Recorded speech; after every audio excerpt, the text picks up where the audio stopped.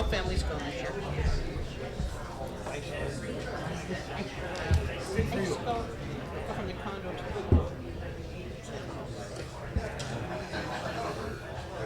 You going anywhere?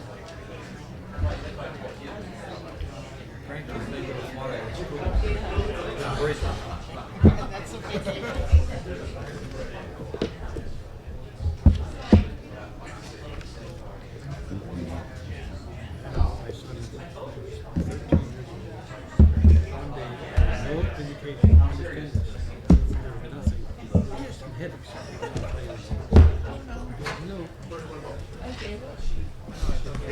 Okay, we'll call a meeting in order, please. Everybody would return to their seats.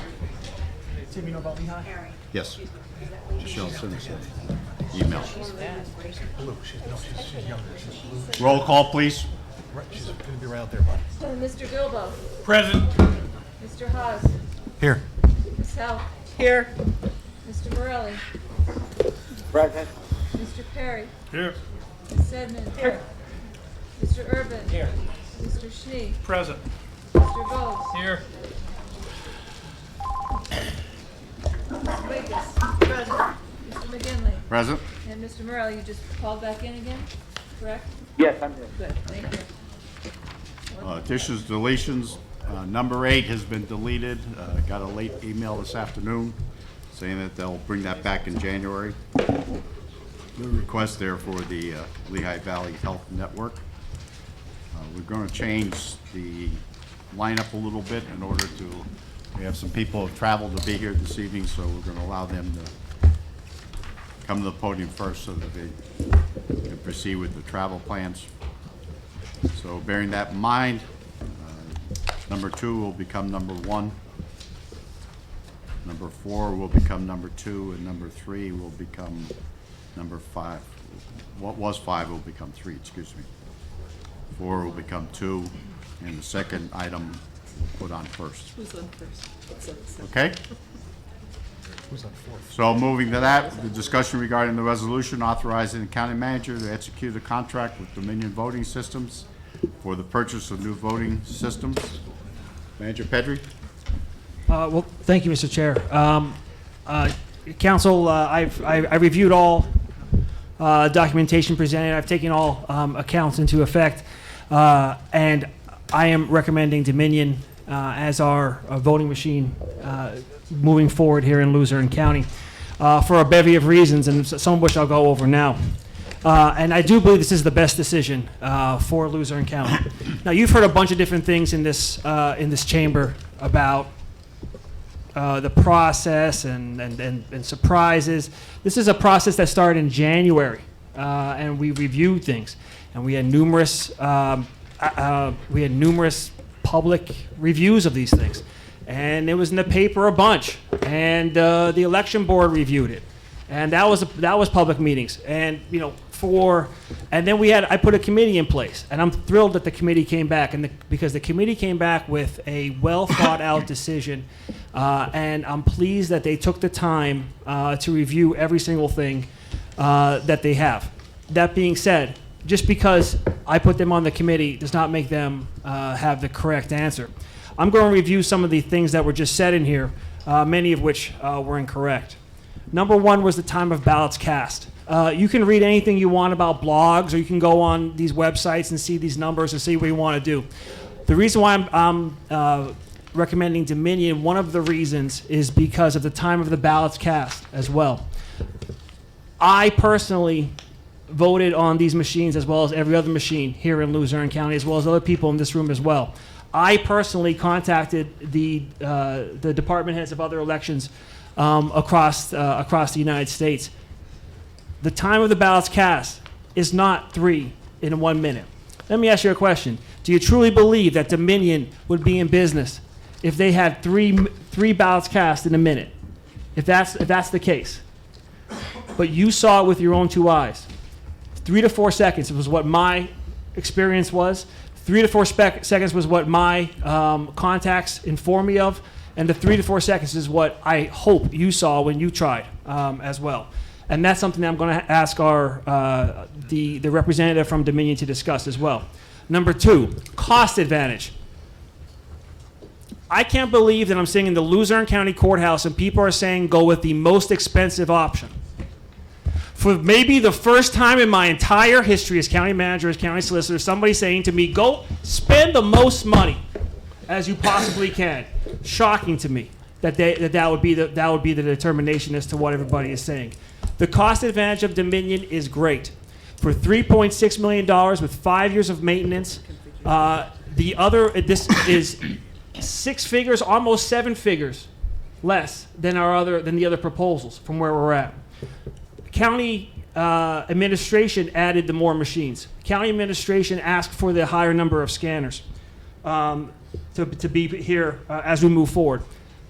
The thing is, ladies and gentlemen, every single county in the Commonwealth is reviewing these voting machines right now. Every single one, to various levels of success.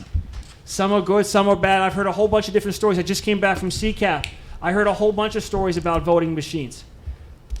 But we find out that cost advantage is a major issue here. Now, I know Mr. Aulette just came up and said, that he couldn't recommend Dominion. A couple weeks ago, he said, you can pick whoever you want. They're all good. So now that changes from where he's at. Ms. Davies said, I'm surprised that we never worked hand in hand with them. Ms. Davies, we absolutely worked hand in hand with you. You sat on a committee. You sat on the board. You came to county council. You sat here with the public. The entire process has been out there in the public. And ladies and gentlemen, that's why I am proud that Luzerne County is unique. Damn right we're unique. We stand clear from everybody else. Why? This home rule form of government was based on taking politics out of the system.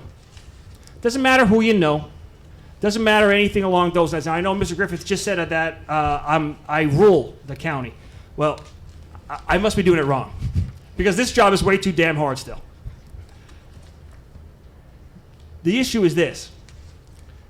The county has moved forward one step at a time. And for us to sit in this chamber and for people to recommend a company with a well-documented history of what occurred with our previous elections director, well-documented history of being sued in federal court like they were today, with the highest proposal, shocking to me. This is Luzerne County. We're unique. We take ethics into account, and we take price into account. That's the reason why I'm happy to submit Dominion as the vendor of choice at this time. County Council make the final determination. You've allocated the funds. The state will be matching those funds 60%, as we also have a federal allocation for those funds. But we'll move forward from there. So with that being said, I'll ask Mr. Hastings from Dominion to come forward. Would you please give us your name and... Yes, thank you, Mr. Chairman. My name is John Hastings. I'm the Regional Sales Manager for Dominion Voting Systems. Nice seeing you all again. Thank you for having me. Wanted to address a few things that were said, and I'll do my best to, put into context and words about some of the things that were said. First and foremost, here in the state of Pennsylvania and across the country, we have a great reputation. Of course, with all new systems, especially going from DRE counties to all paper counties, we have experienced not only just Dominion, but every single vendor that's in the marketplace experienced new challenges and new hurdles, especially with the addition of paper. With that being said, I believe that the solution we provided to Luzerne County will experience 3 to 4 second scan speeds, which has been the big discussion point, with your ballot marking device produced paper ballots off similar touchscreens in a similar form that you've experienced here in Luzerne County for the previous years. The ballot produced by the touchscreen is scanned by a QR code, which is automatic, same exact speed every single time.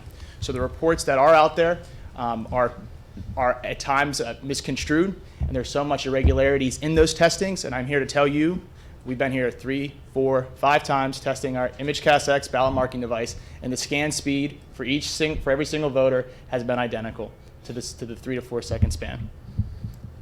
With that being said, I've traveled the state a number of times, and I'm not saying that things that were said here, I'm not even going to address a lot of them. I'm just being genuine in my approach, and that we do believe we are the best fit for Luzerne County.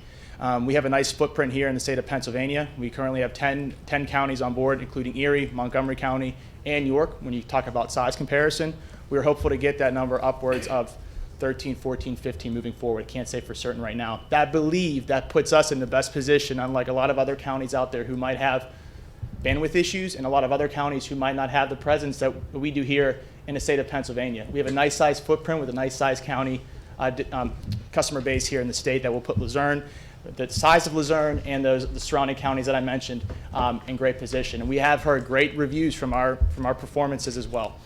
So the slanted views that you might have heard from informal practices, I would challenge a lot of those too. I think everybody has their ups and downs when it comes to election. Even legacy products have been around for a number of years. A couple of other big counties we have around the country: City of Chicago, Cook County, Denver, San Francisco, San Diego, and I can go on with a number of those. Detroit, Michigan. I say that because obviously we can handle it, and our service is second to none, and I'll always stand behind that most importantly.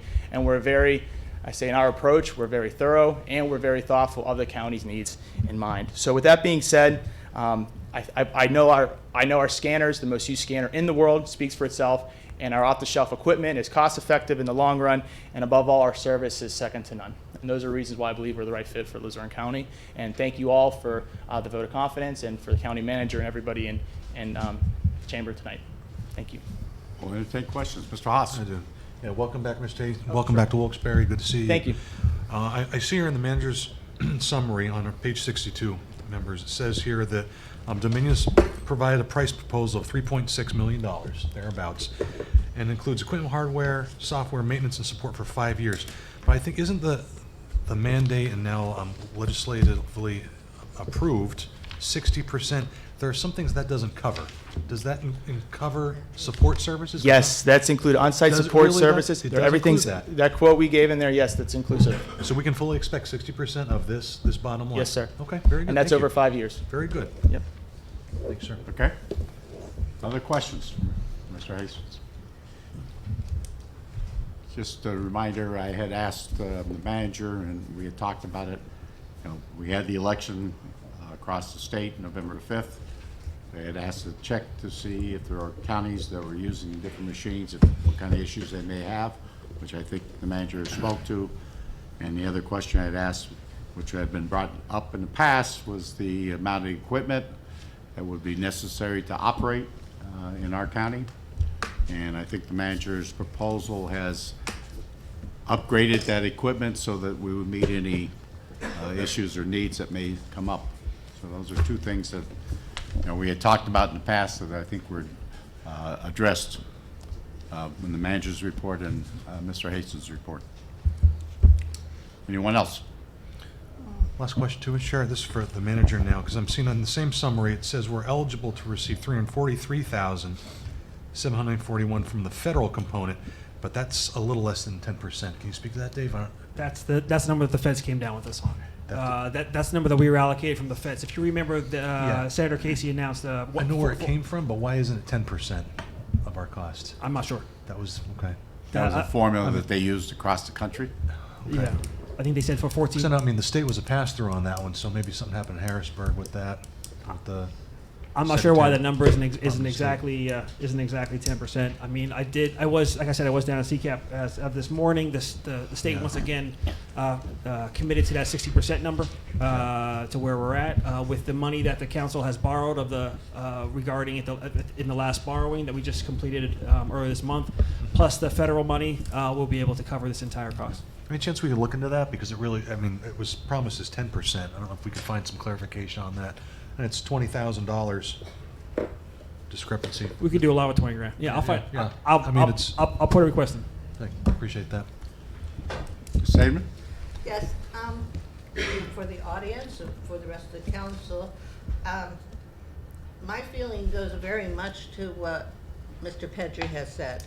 This regarding what happened with ES&S and our former director. I think that's an ethical situation that we don't want to be involved in. We've had ethics problems here in the county before. And I think that is something that we want to stay out of. And I talked to someone whose response was, everybody does it. But we had it done by ES&S, and that is the item to me that made the final decision. Anyone else? Ms. Houck? Yes, I actually have my hand up at the same time because I was going to kind of broach the same issue. You're aware of some of the concerns, ethical concerns that have been brought out about some of your competitors. Do you have any of those concerns that have ever been raised about Dominion? Not to my knowledge, ma'am, no. So there's no smoking gun about Dominion? To my knowledge, ma'am, no. I'm a sales rep. Okay, thank you. There's no advisory board? There's no advisory Not type to my- board that people who serve in elections across? Oh, no, not to my, no, sir, no, sir, Okay. no, sir. I think that's So I couldn't understand. sort of Yes, specific. yes, exactly, so no. Okay. All right, thank you. Anyone else? Yeah, I'm not happy with what happened with ES&S, but, I mean, has ES&S been barred by the county from bidding on contracts? Have they been barred? No. Or, an appropriate step is if you think that they did something totally unethical, which I think they did, but the individual involved might have also done something with your knowledge. No, not with my knowledge. You didn't know she went to the meetings? No. You didn't know? We went over this numerous times, Mr. Urban. You want to keep playing this game? No, I don't. No, But the situation, the situation is this: ES&S is free. Listen, I believe in the open RFP process. So If do anybody I. wants to put a proposal in, they feel free to. So do I. I believe in the open RFP process. I also believe that when you put a committee together and the committee makes a recommendation, you've got to come up with substantial facts on why you want to follow that recommendation, because why even have a committee? Why waste their time? They could do something else if you're going to make the ultimate decision all the time based upon what you believe is right. And that's where we get back to Mr. Griffith's comment. If you don't follow any recommendations can I that say your committee something then? makes, Sure. if you don't follow any recommendations that your committee makes, and you just do whatever you want, then you are in fact being the dictatorial manager. You are in fact going to be, because why even have them? Why that's why people sort of bow out of county government. It's why people don't apply for things, because whatever they recommend, nobody seems to follow, nobody seems to listen. That's what I'm getting at. And the other thing I'm concerned about is, what's the best system for the voter? I guess I'm happy that there's going to be an absentee ballot process to where you can ask for an absentee ballot without any excuse, because maybe that's what we need to start letting people know is vote absentee. Why wait in the line? I mean, these ES&S poll books that are out there cause lines. The reduction of the number of polling places in some cases cause lines. The increases, I think, in the polling places in the rural areas help, because there's been growth in those rural areas. So in some cases, some right decisions have been made. But again, I guess we get back to the voter. What's the best system for the people of this county? What system is going to allow them to get in and out quickly? Some people come and they see a long line. They say they're going home.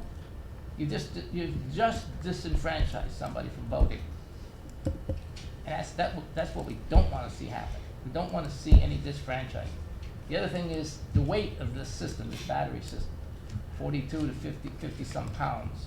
A lot of our people that work in the polls are in their 60s and 70s. Where I work, anything over 50 pounds is a team lift. The team lift for safety reasons. Are we taking that in consideration for the people that work at the polls? If I can, sir, yes, we are providing an option to make it very easy for the poll worker and the logistics folks to operate and move those on carts, storage carts. Mr. Morelli? Yeah, thank you, Mr. McGinley. I'd just like to say, first of all, I really appreciate the committee's job, what they've done, and the feedback and everything else that's been said. Obviously, this is a very important decision moving forward with the county, the cost, the future with elections, et cetera. But I have to say that I really echo what Mr. Pedri said. I have to find, I find it funny here where all of a sudden we now have individuals who want to go with the more expensive vendor, a vendor that had controversy. And my gut tells me, just from the history of my past experience here on council, if Mr. Pedri decided to go that route, he'd be criticized tonight for that. So again, at the end of the day, it's our job as council. We could deny this, and it is our job to go back and tell Mr. Pedro if we want, but it's Mr. Pedro's job and his position to come up with his recommendation. So I'm going to follow Mr. Pedro's recommendation based off of the information he gave. And I have to say that, and apologize, but I forget the lady's name. When she came to the podium about a week or so ago, she came up with a very compelling story, very compelling as to why we should go with this. I did reach out to Mr. Pedro directly and say I had concerns with this. He answered my concerns. And so, again, I think it's very important for us to look at the big picture. I appreciate everyone's thoughts and process. But, again, this is why we have a county manager. We have to go out, do the due diligence, and for us to follow. Not to say we have to do everything he does, but that is the whole point of home rule. And as he mentioned, and I will echo, it's to keep the politics out of it. So, thank you, Mr. McGinley. Okay, Ms. Saban? Yeah, Mr. Urban, it was my understanding, I went to a program, I think it was last week, and Mr. Ouellette was the person who spoke. And we are going to have absentee ballots. I mean, they are going to be used in Pennsylvania. Right. And so I don't understand the issue there that you were bringing up. What the issue is the long lines people are going to face. There are going to be many people putting in absentee ballots. With a new machine. No, they're going to send them in the mail. They're not going to even show up at polls. What? An absentee ballot, when you vote absentee, you don't take it to the polling place. You put it in the mail and send it to the polling place. And you don't think that would reduce the lines? Oh, it's going to reduce the lines. It's going to reduce the lines, and that's why we need to do that. I think that was a wise decision. I'm not criticizing it. I think that was a wise decision by the legislature. And no excuse to absentee ballot, because I think that's the way that people are going to have to go, if they really want to vote in this county. Other questions in regards to the voting systems? If not, this will be on the agenda for next week. Thank you all. Thank you. Thank you. Moving down to, was listed number 4, but it'll be number 2 this evening. Discussion regarding resolution authorizing the county manager to execute a contract with Motorola Solutions for the P25 Next Generation Public Safety Radio System. I know enough to turn this one over to Fred. Mr. Rosencrantz? Our director of our 911, Fred Rosencrantz, is here. Represents from Motorola as well. Thank you. Resolution authorizing the county manager to execute a contract with Motorola Solutions, Inc. for a P25 Next Generation Public Safety Radio System. Since 2016, we have been discussing this project. We know there's an end-of-life issue. We received proposals. We released an RFP on April 1st. We received 2 proposals by July 15th deadline, and we have successfully negotiated a contract with Motorola Solutions, Inc. My team and I, along with Motorola, the county manager, the solicitor's office, we have extensively negotiated this contract, reviewed this contract. I think this is the most cost-effective solution for our county at this time. On its face value, it's a good value. It's a 20-year commitment, and a common theme between Motorola and us in the negotiations was a partnership. This just isn't Motorola coming in, installing the equipment, and leaving. They're committed to 20 years of support and maintenance, maintaining this system for public safety. And we feel and recommend that council accept this contract and approve it. Questions for Mr. Rosencrantz? I guess my question is this. I don't know what you're buying. It's blank. I have no idea what you're buying for the money you're paying. I like to see what you're buying. I like to see the number of radios you're buying, the types of radios you're buying, the number of radios that are going to each municipality, and the number of radios that they're going to be short, that they're going to have to buy on their own because we're moving from an analog to digital system. I don't see that here. I see a piece of paper with blank lines on it. And I don't know why you're hiding that from council. I don't think, I think you got a deal here with the vendor you want, so why did you hide the details from council? I can't vote for a blank piece of paper. I really can't. And you know what, Fred? I've installed a lot of Motorola systems in my life. A lot. I dealt with Motorola a lot in the military. Digital encrypted systems. A lot of them. All over the West Coast. Okay? So I know the work that Motorola does. I've also dealt with other vendors too. But I've never had a blank piece of paper that I gave to my boss and said, boss, this is what I want to buy. In fairness, that's not a blank sheet, it's not a blank contract, there's some proprietary information. And I'd be happy to discuss it in executive session with council if you would like. There is a lot to the contract, there's a lot of pieces, there's a lot of appendixes, but there's also some proprietary information in that system for the public safety system. So in response to your concerns, I would be happy to discuss it in executive session if you have concerns about the equipment or something missing from the contract. I can tell you that what is blacked out only involves frequencies and a frequency plan that is proprietary to Motorola. That is the only thing that's missing from that contract that is in front of you. Can you answer Mr. Urban's questions regarding the number of radios and those types of things? Off the top of my head, I believe it's approximately 3,500 is between mobile and portable equipment. And it's based on the formula from the beginning that was in the study that we released publicly. It's going to be based on the apparatus in each agency, and I'm confident that 99% of the agencies will have enough equipment to utilize this system, and that was our stance from the beginning, that if we were going to embark on this project, we wanted to not put an unfunded mandate back on the municipalities. We wanted to support the municipalities and provide as much equipment as we can, but also staying within the budget that council has given us. So again, I think it's a very fair contract. I think many of the agencies are going to be pleased with the amount of equipment that they're getting and the quality of equipment that they're getting for the price. Not to mention, we'll be able to pass on that savings, the state contract plus the discount savings that we negotiated with Motorola. I think it's a phenomenal discount that they have given. Quite honestly, I think MCM and would attest that it's almost surprising the discount that they've given. They want our business and they want a partnership with the county, not just to make a sale. The total discounts are in excess of $14 million. On its face value, yes. Compared to the other vendor, right off the top, it's a $5 million discount before we even started negotiations. Again, they're well established. They have a great product. I'm not standing here as a salesman for them. I'm looking out for the best interest of the taxpayer. I'm a taxpayer. I'm putting my career on the line choosing this company. This is my legacy. So, this is a very important decision. I don't take it lightly. We've negotiated it. We've hit all our goals up until now with negotiating, with getting a contract before council, and that's where we stand. I guess I'd like to see some details. I would like to see the radios that are going to each community, what they currently have now, and what you're going to give them. I asked a question about the state police. Are you going to give them any radios? And the answer was no.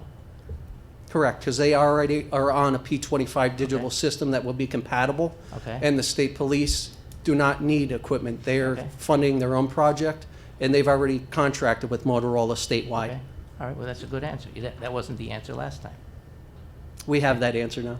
Okay. I didn't know which vendor we were going with, so I couldn't answer Okay. that, honestly. But I'd like to see the number of radios that each fire department, each municipality, each police department has now, and they say they need, and the number that you're going to provide them, to see if there's any shortfalls.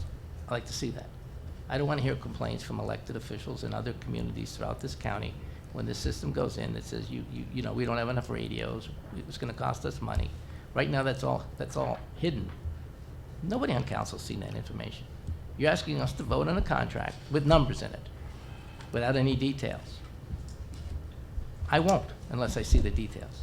There were officials here, in fairness to that response too, that said that they're going to need more equipment, but they fully support this system. It's needed, it's necessary for public safety, it's necessary for critical communications, and they're already budgeting for it. We've had numerous meetings, we've discussed this many times, the numbers. Not to give you concrete exact numbers, because we have to figure that out once we get to this point with the contract. That's where we determine who is getting what equipment based on their apparatus. That could have changed since the 2016 study.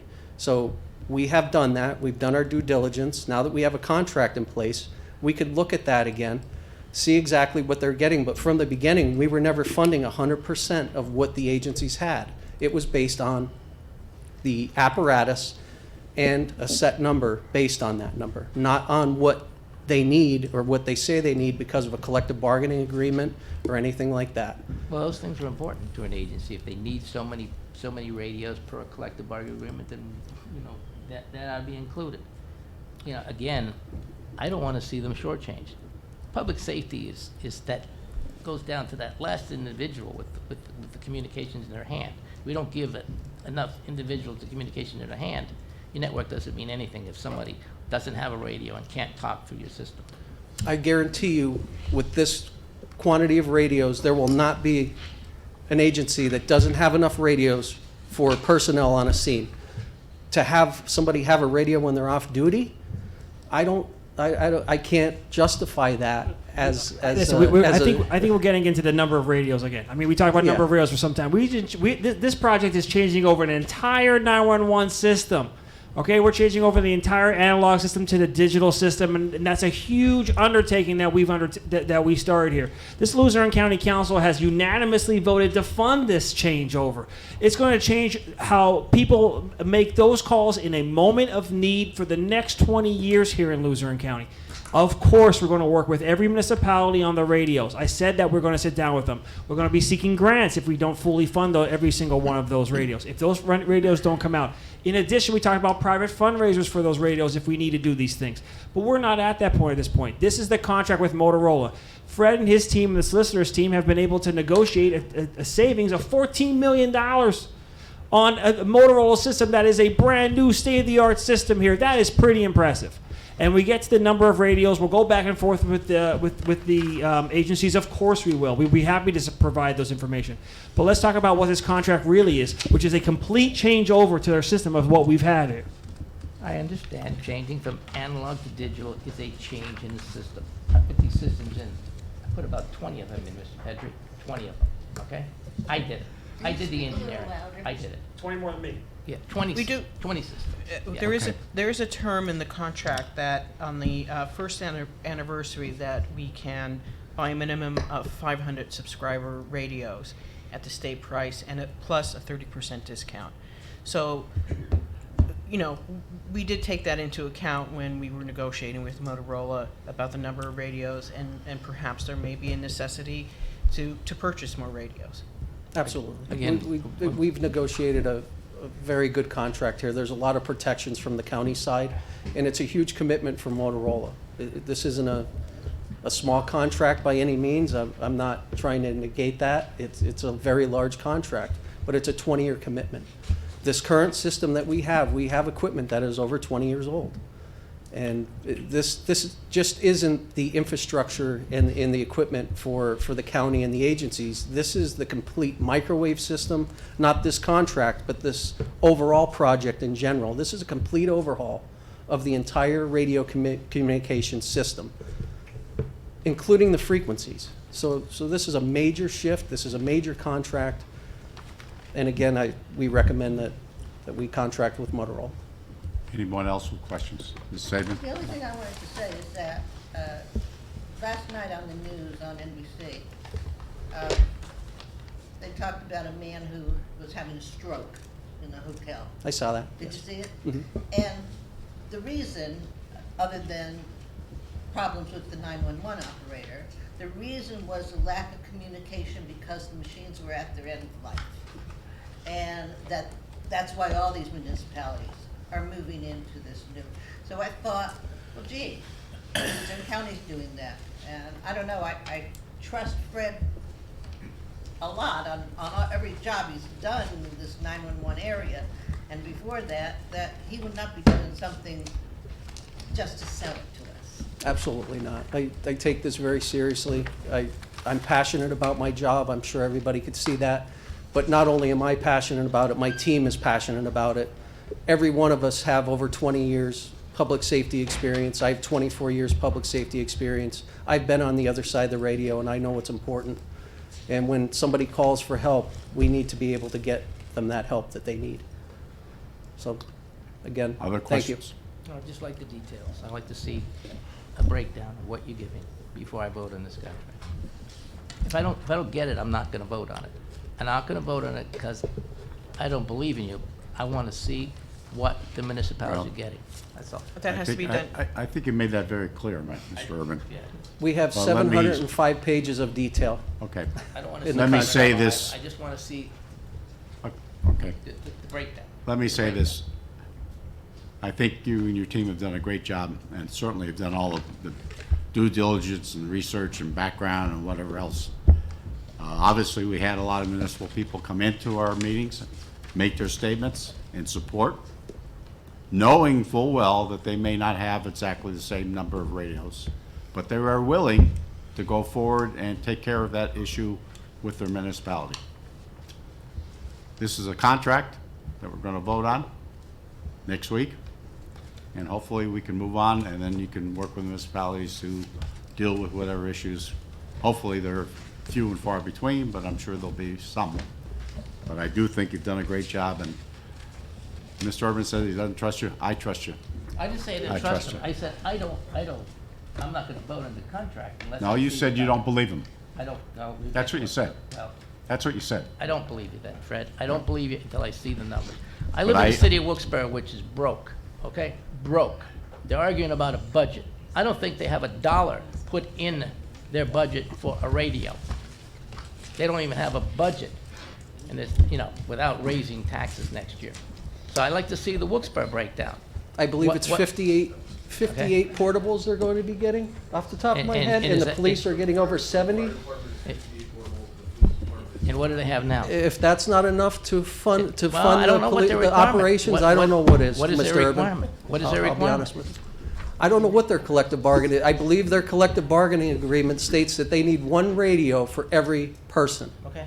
I think that's unrealistic, to be honest with you. That's just my Well, opinion. But that's between the But that's municipality between the and their municipalities staff. and the union. We have a collective bargaining agreement with our union. I don't delve into Wilkes-Barre's collective bargaining agreement, but Okay. I'm responsible for negotiating a contract that's in the best interest of public safety and the taxpayers and the county. And if 58 portable radios aren't enough for them to operate at a scene, I'm not a fireman, but I don't know why you would need more than 58 portable radios when you only have a certain amount of staff on for each shift. So I don't know. I may be way off base there, I don't but want to violate their agreements either. I don't want to make it, I don't want to call Wilkes-Barre out. I'm not, that's not my intent. No, that's not, But that's we not, wanted that's some not our, numbers. that's, Wilkes-Barre City has to review those things and make Sure. decisions. Any other questions in regards to the contract? Thank you. Thank you. Moving down to what was number 5, would be number 3, discussion regarding resolution approving the contract for the broker Brown & Brown of Lehigh Valley for insurance brokerage for services in fiscal year 2020 and 2021. Manager Pedri? Thank you, Mr. Chair. Council, before you is a contract with Brown & Brown of Lehigh Valley for the provision of insurance brokerage services for 20 and 21. Brown & Brown have been our brokers since, I believe, 2013 was their first year. This was an RFP process. There was a committee in place. The committee included all county employees who are not afraid to tell me that I'm wrong. And none of them, and I am taking the committee's recommendation to go with Brown & Brown and put it before County Council. It's a $60,000 contract for the 2 years. Yes, we have representatives from Brown & Brown. Would you please come to the podium, please? So you can answer any questions that they so choose. Mr. Bo? Yeah, my question's more for the manager. Was there any Luzerne County companies that submitted proposals for this? There were. Okay. Can council get a breakdown of, obviously that don't include names, but just proposal by whether or not they're in the county or not and the price differences? Correct. Okay. Because, I mean, if there is someone in Luzerne County who is comparable in price and supports Luzerne County with taxes and employees, then we should consider them as well. Thank you. You want to make a presentation, or you just want to answer questions? Well, I'll just introduce myself. Go ahead. Matthew Jelly, Brown & Brown Insurance, and this is my associate, Aaron Hanksonberger, we are two of the primary contacts for the county and have been since 2013. And so we are thankful, we've been able to represent the county for this time, and we could participate in this RFP process. This is actually our fourth RFP, and I can tell you that we kind of went back and looked at the numbers, and the fee we're charging now, if you add up all the fees and divide it by 6, we're right at the average. It's a little over $60,000. So we feel like what we're offering is a fair price. We've actually, since we've been the broker, we've actually lowered our fee twice in that time. And currently the fee is about half of what you were paying prior to Brown & Brown representing you. I know our first year we were somewhere around 110, and we lowered it to 80, then we lowered it to 60, and we know how much work is involved, and there's quite a bit of work involved, and we put together, a whole RFP response. I can't go through that whole thing. We do have a handout if anyone's interested. That kind of, that'd be great. If you want to. Can get You want to take one of these, maybe just pass it along. And so I tried to put something in and as a recap. And basically, the recap is some of the things that we've done, and it kind of piggybacks on our meeting we had when we had the interview. So I would draw your attention to our accomplishments, and it would take too long to go through all of them, but we've included that in the packet for you. And the other thing we can reference is on the premiums. There's an exhibit in there that shows what has happened with the premiums for both the county and the agencies since we have been the broker. And what I can tell you is that if you look at the top half, which is really what the county is paying, the big anomaly on the bottom half is children and youth. And that is sort of a unique circumstance where the premiums went up because of a loss of market for foster care. That really, market dried up, not just for municipalities that have that, but also for health and human service agencies, which we also insure. And if you look, there was quite a bit of claims back in 15 and 16, and even continuing on into 17 and 18. But one thing I would draw your attention to is in 2019, the premiums for the county, $1,070,000. In 2013, it was $1,050,000. So over a 6-year span, you're looking at, I think I figured it out, it's like 0.3% inflation over a 6-year span. Certainly, the average, the rate of inflation, for everything else is probably roughly 2.5% to 3% a year. So I think we've done a good job with all the marketing efforts. And in our full proposal, we provide every year a list of 10, 20, he does most of it, companies that we've gone to, what the outcome was. And no different this year. We've got some other options on the table for the county to consider, including deductibles. So that's what we've done on the premium side. But maybe as important is some of the things we've done on the coverage side. So for instance, back in 2017, we negotiated a lower deductible for the cyber insurance. It was $150. We negotiated it down to $10,000. Now, you realize you've had an incident this year. So because of that deductible reduction, you saved $140,000 because you're way over the $150,000 you would have had. So that's one of the things we did. Another thing that we did was we significantly reduced, if you look at the exhibit, we did something that had never been done before prior to us, in which was we started tracking just how much we're paying, the county is paying for public official claims. And so we went back to the insurance company after we gathered data for several years and said, there's hardly ever any claims over this $150,000 deductible. Why are you charging so much premium? So that was in the 2017 year. We lowered the public official deductible from $150,000 to $100,000, and we lowered the premium from $339 to $219. So that's another big savings that we were able to generate for the county. Now, having said all this, you've had claims. It's not like the county hasn't had claims. Over this time frame, if my math is correct, it's about $4.2 million in claims. So the county is having claims.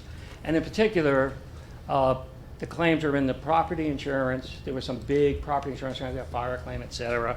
And there's some claims in children and youth, as I said. And law enforcement has had some claims of late as well. So, we go out to the insurance companies, but when you have a certain level of claims, you can't get your premiums down by 25%, that kind of thing.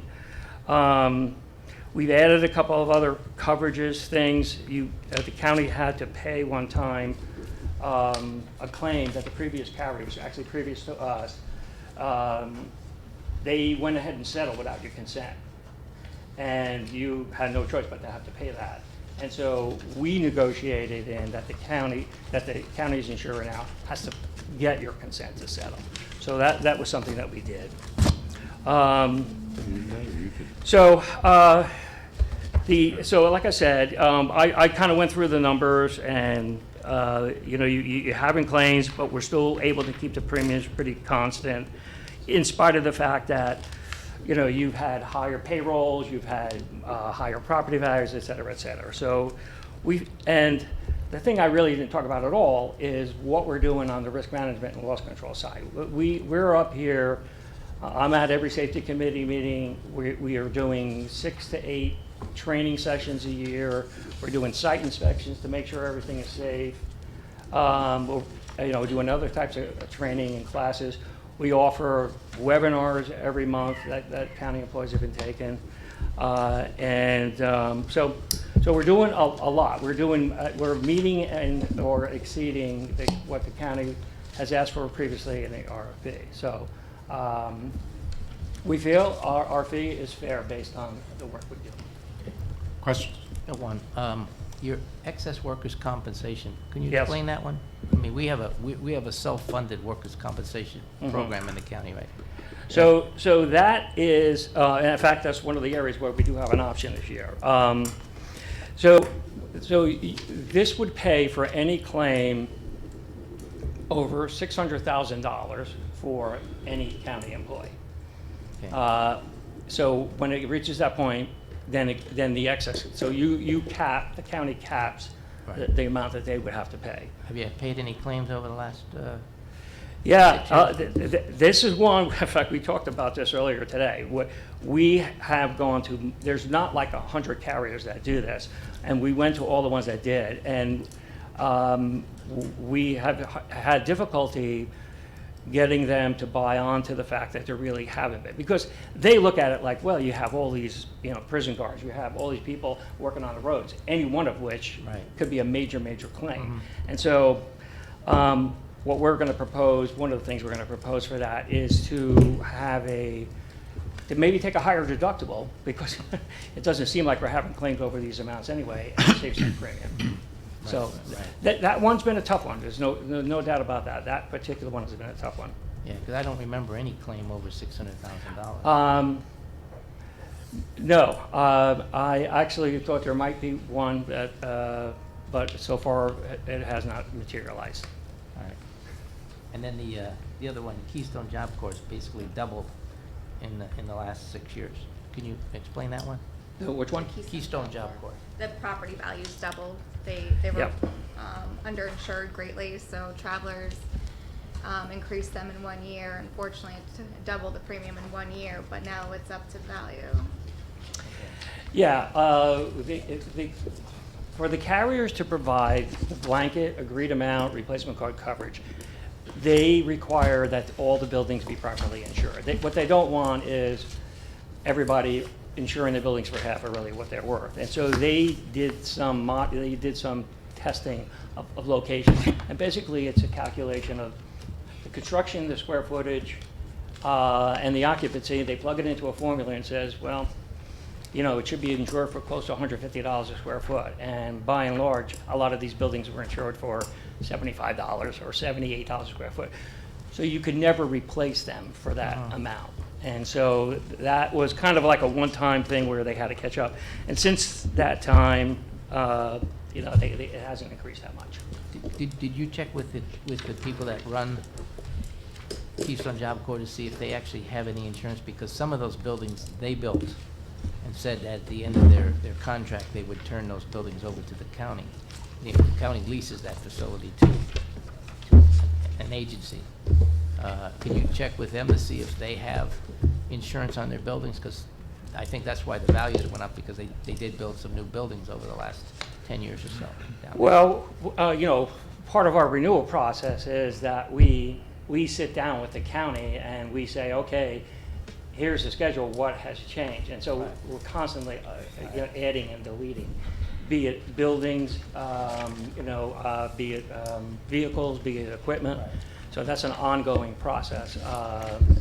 And Michelle and Aaron actually on the phone at least a couple of times a week, actually, over some type of insurance issue.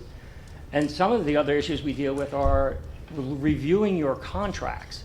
Like and we got some things going on right now, you may be, with the district attorney's office, and going to be entering into some new things that they hadn't done before. So we have to review all that for the insurance. So there's a lot of that kind of stuff going on. Yeah, I guess with Keystone though, is the county has a long-term lease with an agency. They lease the facility. Yeah. And as a part of that lease, the agency said that they would build new buildings down in Butler Township. And at the end of the term, they would give those buildings to the county. Right. And the real question is, did you talk to the contractor that the county, the leasee, and to see if they actually have insurance on those buildings through their agency? Because the buildings might be double insured. They might be insured by the contract, by the leasee, and they might be insured by the county also. It's always been my understanding that the county was insuring. All right. Would you check that, please? That's all. Just check. Yeah, that's my That's my. If you save $30,000, I think that's a lot of money. Mm-hmm. Mr. Haas? Hi, folks. Welcome back to Wilkes-Barre again. Thank you for the spreadsheet. Two questions, real briefly. Brokerage fees this year are $60,000. How does that line up over the past 2 years? Is that maintained Yes. the same? Yes. So that's been Yeah, uniform. so we're committed actually to 2 years, and if you would agree to extend, it would remain for the third year as well. Remain for the third. Okay, very good. Thank you for that. And I asked that question a few weeks ago about the cyber attack, our deductible exposure. Thank you for that. It's been problematic, and I know Yeah, Mr. Manager the can speak claim to is that too. well in excess of 150. So, thank you. What are we looking? And my question is, going forward, what are we looking at the premium for cyber insurance?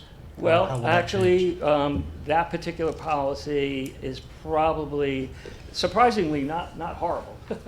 But the early indications we have is right now you're paying around a little over 20, and we're looking at 32,000, which I thought after paying a claim in the hundreds of thousands, a $12,000 increase really wasn't all that bad. So, And we did a full remarketing to see if anybody. yeah, and that was the used. lowest low. Yeah, well, we had them as high as. Yeah, it doubled. Okay, yeah. as high as double. Yeah. That's my next question Yeah, too. What that was like so, with these other. To be honest with you, attacks. we were kind of pleasantly surprised. We really were thinking it could be a lot worse with that kind of a Yeah, claim. I'm pleasantly surprised too. Yeah, thank you. Anyone else? I guess to follow up a little bit on question Councilman Vogas, as well as I'm gonna sound like my friend to my right, Mr. Urban. When we get those numbers on the RFP process and what all the other RFPs that how am I gonna know? Like, is Brown and Brown, are they the low bid in the process of what's being recommended to us? And if they're not, how do I know what are they giving the county? And because we're in this budget age here now, where we're looking out to save it. We talked about saving every dollar and not going with the highest option and trying to save money. So I guess to follow up on what Councilman Vogt asked, when we get those numbers, how will we know what are we getting?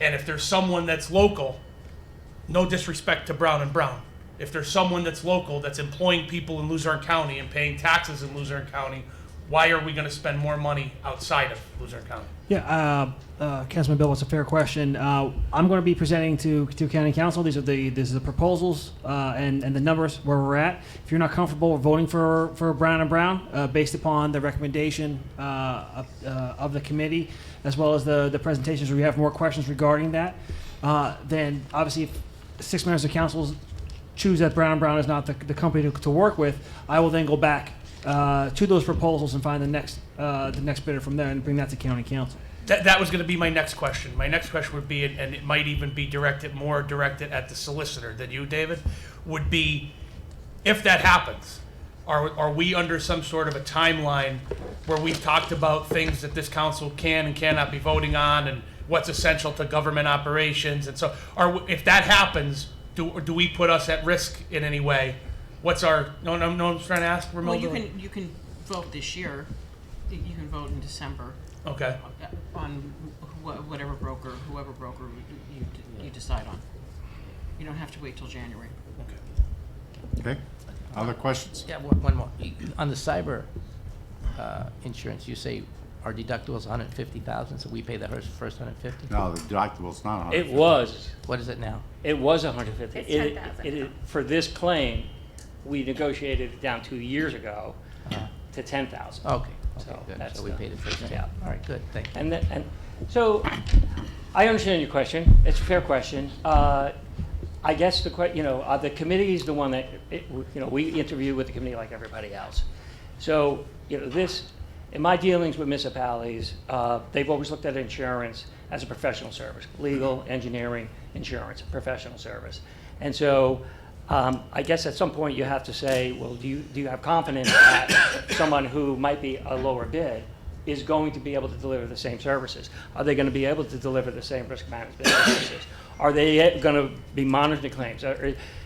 I can only tell you that when we started here, there were a lot of things we've done that were not ever done in the past. And so, maybe you get what you pay for, and maybe there's not as much work in lowering deductibles or providing the training or giving the claims analysis every quarter and having meetings and training and all that kind of thing. And so, again, my experience has been municipalities look at it as a professional service, and so it's not like you necessarily have to take the lowest bid. Doesn't mean you don't, but it doesn't mean you necessarily have to. And I guess you just got to look at what confidence you have in the services that have been provided or might be provided. Well, I think you misunderstood what my question was. My question wasn't, are we just blanketly closing our eyes and saying, that's the lowest one, let's go with that one. Right. I think my question was, A, were you the lowest bid?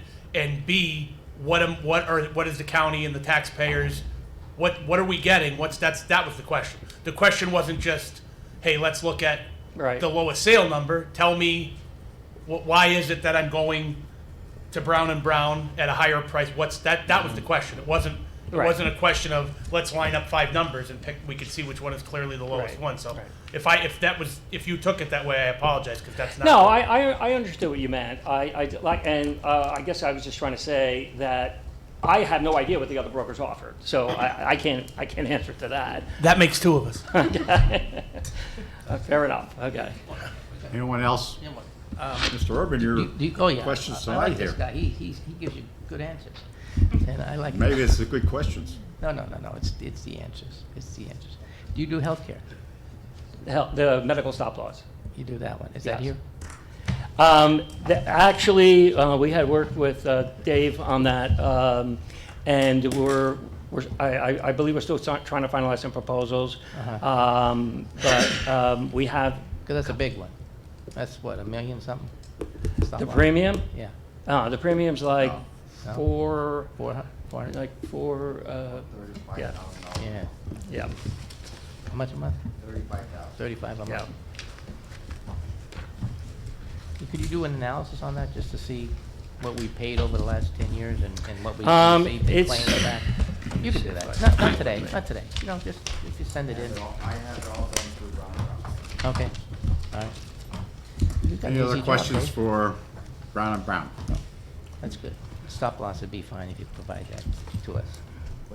The stop loss, the numbers for about the last 10 years on the stop loss. Yeah. What we paid in premiums. and I what we don't got back. have, I know what you were paying this year and what our recommended option is. And so last year, the premium was $421,731. And the best option we're recommending is about a 3.5% increase. It's about $436,538. Okay, thank you. Appreciate your time, and thanks for coming up. Okay. Thank you. Thank you. Mr. Swets?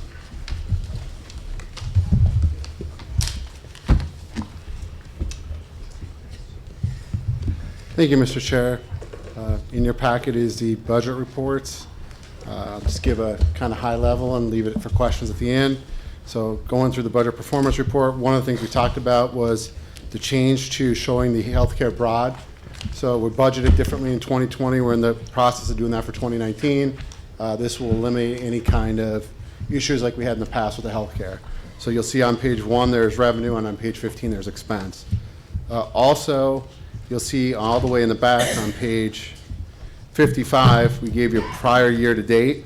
Again, without going through each line. At this time right now, we're at 29.6 million. Last year, we're at 29.8 million. So again, this is audited versus unaudited, but to try to give council an idea, outside of the one time, we're in a pretty comparable position to where we were last year. So that kind of leads to the question that Ms. Houck had, which was kind of for a projection, so I had that in there as well. So you'll see on your agenda, page 61, I basically updated the slide that was in the budget book. So I updated the revenue and expenses, told you what we had from now until the end of the year, and said at the time this was prepared on the 21st that I was still confident with the approximate $500,000 surplus which we had in the book. And then at the end I also put, we have remaining debt service with the debt service closing today, and we still have debt service until December. There's still 2 open collective bargaining agreements, and obviously we'll have audit true-ups when the audits are done and things like that nature. So I don't really anticipate a big change at this point. As we go month by month, I have no problem updating this, but I just wanted to say I don't see a big windfall in this year in the 2019 revenue. That amount's basically what is in the reserve fund. Questions for Mr. Swets in regards to the budget report? And again, just a clarification, Mr. Chair. So, Mr. Swett, thanks again for the report, and for Linda for asking a really great question about current revenue surplus amounts. To clarify, are you saying that this came from a lot of vacancies that we have in personnel? No. What's the driving factor in that, I guess is what I'm asking. Sorry for... I mean, sure, It's getting late. vacancies are obviously a part of it, but it's not just vacancies. So you're looking at the whole, 50 or 60 pages of the general fund. You're looking at health insurance, you're looking at retirement. There's obviously big items. 60% of our budget is, the salary. You've got the health care. Debt service is 20% of the budget. So a lot of the items are really, as you know, during the budget cycle, locked down, and there's really only 10 or 15% that fluctuates. Mm-hmm. So yes, vacancies is some of it. Some of it is just, hey, at the time we put together the budget, we thought there was going to be a 3% increase. That's what we got from the vendor. There was a 2% increase. Again, the books are put together with the best information we have at the time. I think the chair asked last week, we have the vendor coming in on December 3rd. Will we get an update? Because that was based on 12%. So if we have an update, obviously that could change. So it's the best information we have at the time. We rolled it forward from October to November 21st saying, there's a lot of big items out there, but at this point we're pretty confident that it would be around the same. And just, again, there's 60 pages there, but just highlighting those 2 items. And I think in the paper it said we were already at 99% of revenue. So, we are hitting the revenue. The revenue and expenses are both up around $6 million.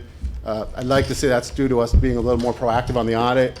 Remember a few years back we were doing the healthcare true-up stuff well after the audit. Yep. And we have things started already, and at the midway point of the year into September, we're doing that work now. And some of that was brought up, in prior meetings, Harry, where you talked about ADP, and we didn't get the full utilization of it because the contract kind of took a year to get in place. But some of my team savings is we're not putting the time in on payroll, and we're getting some of these audit items done that for 2019 going forward, you know, it won't change the numbers, the numbers are the numbers, but it should change the timeliness of the audits and some of the other things. So our staff is already working on audit items. Okay. I mean, right, the next couple of weeks, could we see another report just like we got tonight? Yeah, we can do an update in December with the November, with what we have for November, sure. Great, thank you. Thanks for the answers. Other questions from Mr. Swets in regards to the budget report? Ms. Hop? Yes, so on your page 61, your summary with the projection, you're forecasting that we'll end with an approximate $500,000 surplus based on comparable data from previous years. And in the budget, the reserve fund is listed under expenditures. So we have a reserve of $461,217 budgeted as an expense. And you're saying that you're expecting a $500,000 surplus. Does that mean we end the year with $961,000 more?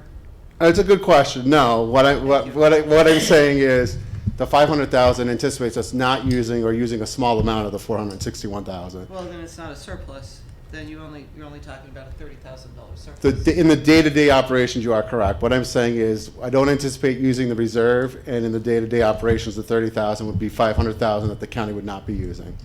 Okay, so there's only about 39,000 that we cut it that close this year. At this point, that's what I'm thinking. And again, there's a lot of items that we have now and later in the year that we won't get until after the audit's done and the year's over. Okay, so just to be clear again, your $500,000 includes the $461,000 that's allocated in the reserve fund. Correct. You are correct. Okay. How about the payments, debt service payments? Is there a reduction in those because of the refinancing? There will be. We had the closing today, so I will have that information for the meeting on the 3rd. We literally closed at noon today, and I told you at the time, all of council, not just you, Ms. Halleck, that I would anticipate a reduction. So we'll have that for the next meeting.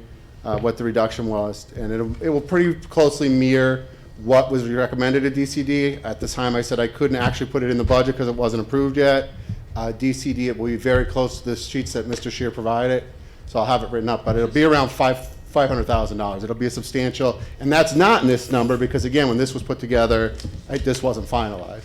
So as you see, this was as of November 21st, and we closed on the bonds today, November 26th. I thought that the debt service reduction was much more than $500,000 that was projected this year. So when you put together the actual numbers that PFM puts together, it's closer to $700,000. They do not include what we put in for the TRAN. They never do. So the number that they have every year, we have to then add what we anticipate for the TRAN because they don't know what we're going to do for the TRAN. So there's this clearly this series of debt, this series of debt, this series of debt, and we add what we anticipate for the TRAN. But they're involved with the TRAN. How can They are involved with the TRAN, but it's not an actual payment that's done like every other bond series, so it's not included. It needs to be added to that. I understand your question. They are involved with the TRAN.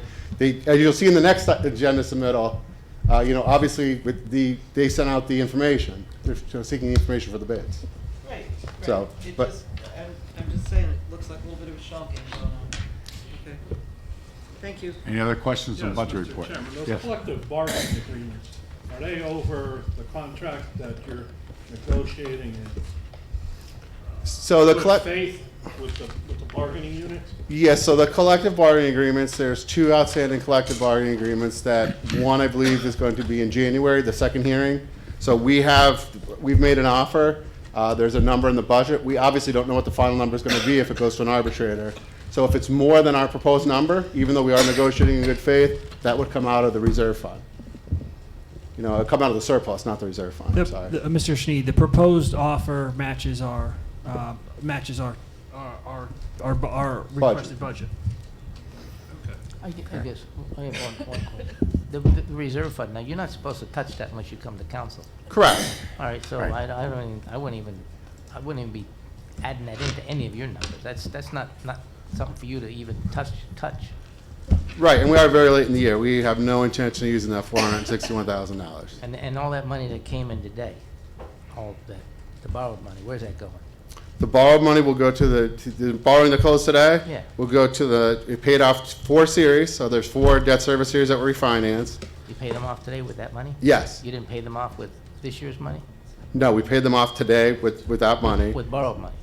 We paid off with borrowed money, the payments So that was on the schedule.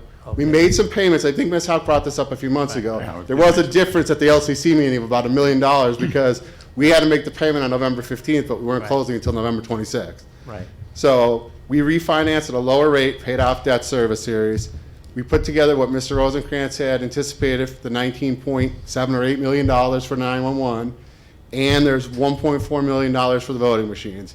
Anticipating we get the other 60% from the state and the $350,000 that was discussed earlier tonight. So that's what we got. 2 series paid off and $21 million. Okay, anyone else? I'll move down to the Tran. Mr. Sure. Swets. So on the train, you have an agenda submittal. This is for $16 million. In the past, as you know, we had up to $18 million. The reason there's X's in there for rates is right behind there is the actual RFP. Due to the time, we won't get these until December 2nd. You'll see, as Ms. Houck said, PFM is involved with this. Just to give you an idea, last year we paid 2.489%. I'd like to think with a higher credit rating, we'd get a lower rate, but when we put the budget together, it was based on 2.5% and comparable fees to last year. We'll have an actual numbers in front of us on the 2nd. 2nd of December. December 2nd, correct. So you'll know when we meet on the 3rd. Correct. Questions regards to Tran? Thank you. Sure. Number 6, discussion regarding motion to allow John and Catherine Wega to advertise county-owned property for sale. This resolution is just to allow Mr. and Mrs. Wega to advertise for the purchase of this particular property, to see if there are anyone in the public who might object to them purchasing. It's a parcel in Dallas Township. We have a price of $500, and then the property will then be put on the tax rolls. So this evening's vote is only to allow them to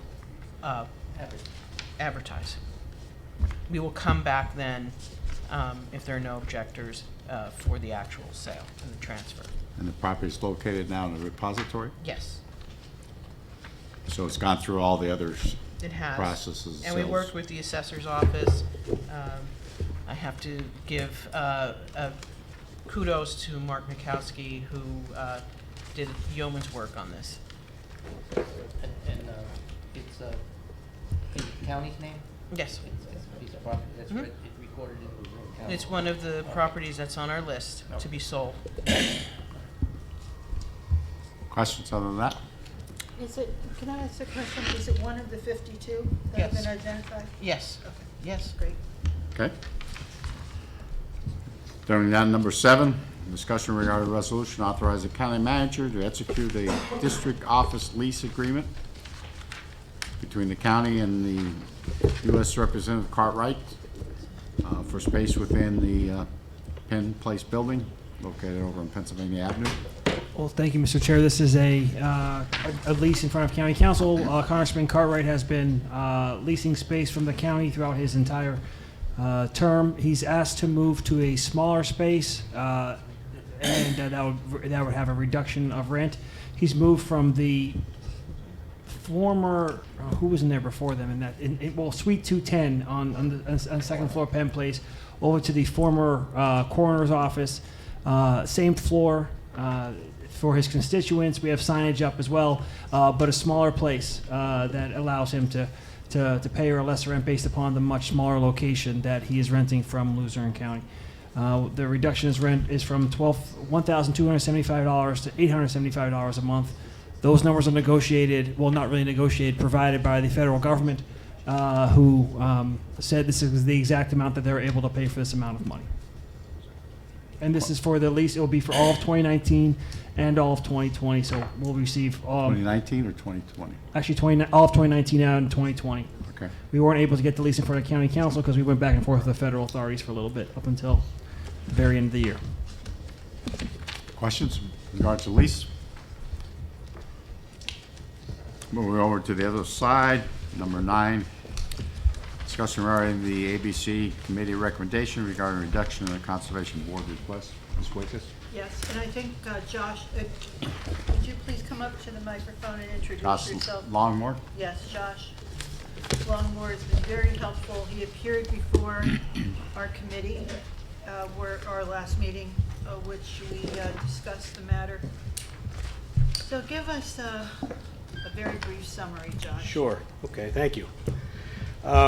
So the Luzerne Conservation District Board, one of your authority boards and commissions, has been a 9-member board of directors made up of 4 public directors, 4 farmer directors, and 1 county governing board member. Since 1991, it's been a 9-member board. Prior to that, it was a 7-member board. The minutes, I've researched our minutes, and they don't reflect the reason why the board requested and the county approved at that time going to a 9-member board, but our board now feels that this is a good time to go back down to a 7-member board. And there's just, I think you have a letter in your packet there that outlines the reasoning behind that. First, it puts us in line with the intent of the law. The law itself says that that conservation districts will have 7-member boards unless there are extenuating circumstances. Second, it'll help us achieve a quorum in those months when some of our farmer directors especially, and even public directors who are vacationing, find it hard to make meetings. And then also puts us in line also with what the trend is across the state. About 70% of conservation districts have 7-member boards. And we believe, our board feels that it's going to just make for a more efficient operation. We also have 7 full-time staffers, 3 part-time staffers. So they feel that 7-member boards a 7-member board would be able to manage the operations well. And this is a good time for that change because 2 of our board members' terms are expiring, and both of them have expressed interest in retiring off the board at this time. 1 farmer director, 1 public director. So that's the issue at hand. And the Conservation District law, which governs our operations, says that whenever there would be a change to the board, our board of directors would make that request to the county governing board, which would then approve that request, but then it has to go to the State Conservation Commission, which is the state agency that oversees our operations and administers the Conservation District law, for their ultimate approval of this. Questions for Mr. Longmore? So our committee met and agreed to bring it forward. And thank you very much. Thank you. Thank you, Josh. Okay, this will be on the agenda for next week, and as Mr. Longmore indicated, there are 2 members who would currently expressed that they're going to retire, so no one will be removed from a seat or forced out of the seat. It would be just a transition. Okay? Going down the committees, if there's no reports, we'll just please report that and we'll move on so that we still have 2 budget presentations, so we still have a period of time that we have to spend going through that. So we'll start with the Act 13 committee. Ms. Wickes? Well, we just gave our report Okay. through Josh. Authority boards and commissions, you're good Yes. with that? The Budget, Finance, and Audit, we will have a meeting December the 3rd with the auditor at 5 p.m. We'll review the audit and look to begin the process to start the audit for 2020. Mr. Haas? Nothing to report, Mr. Chair. Nothing. Ms. Wickes? Real estate, no, except for, I'm happy, that's why I asked Romilda the question about, is this one of the Gloria's 52 properties? It is. So thank you very much for that. And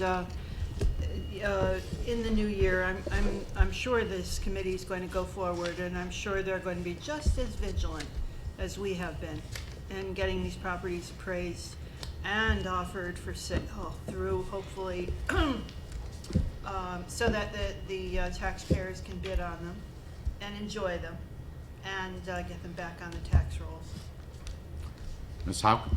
Nothing on strategic initiatives, county code review, I did receive some information on operations. That was what we were waiting for, and we have one open question yet to be answered by Judicial Records and Services. Maybe we can get the answer tonight while we're here. And then we will be able to present a draft of the amended code, the proposed amendments to council at a meeting in December, a work session in December for discussion. Moving down to number 11, Mr. Haas. Blight Properties will meet in January, Mr. Chairman. We're waiting for, to fill the, there's been a lapse in in the citizen members. Hopefully we'll have an ABC meeting next month. And The lapse in the redevelopment authority too. correct, and they should be submitting, their board should be submitting a letter to the ABCs and council at large. Yep, thank you. Riverfront Parks, no update. Plains Township TIF, no update. We're down to the budget work session portion of the work session this evening. Mr. Schakowsky? Whichever you're comfortable with.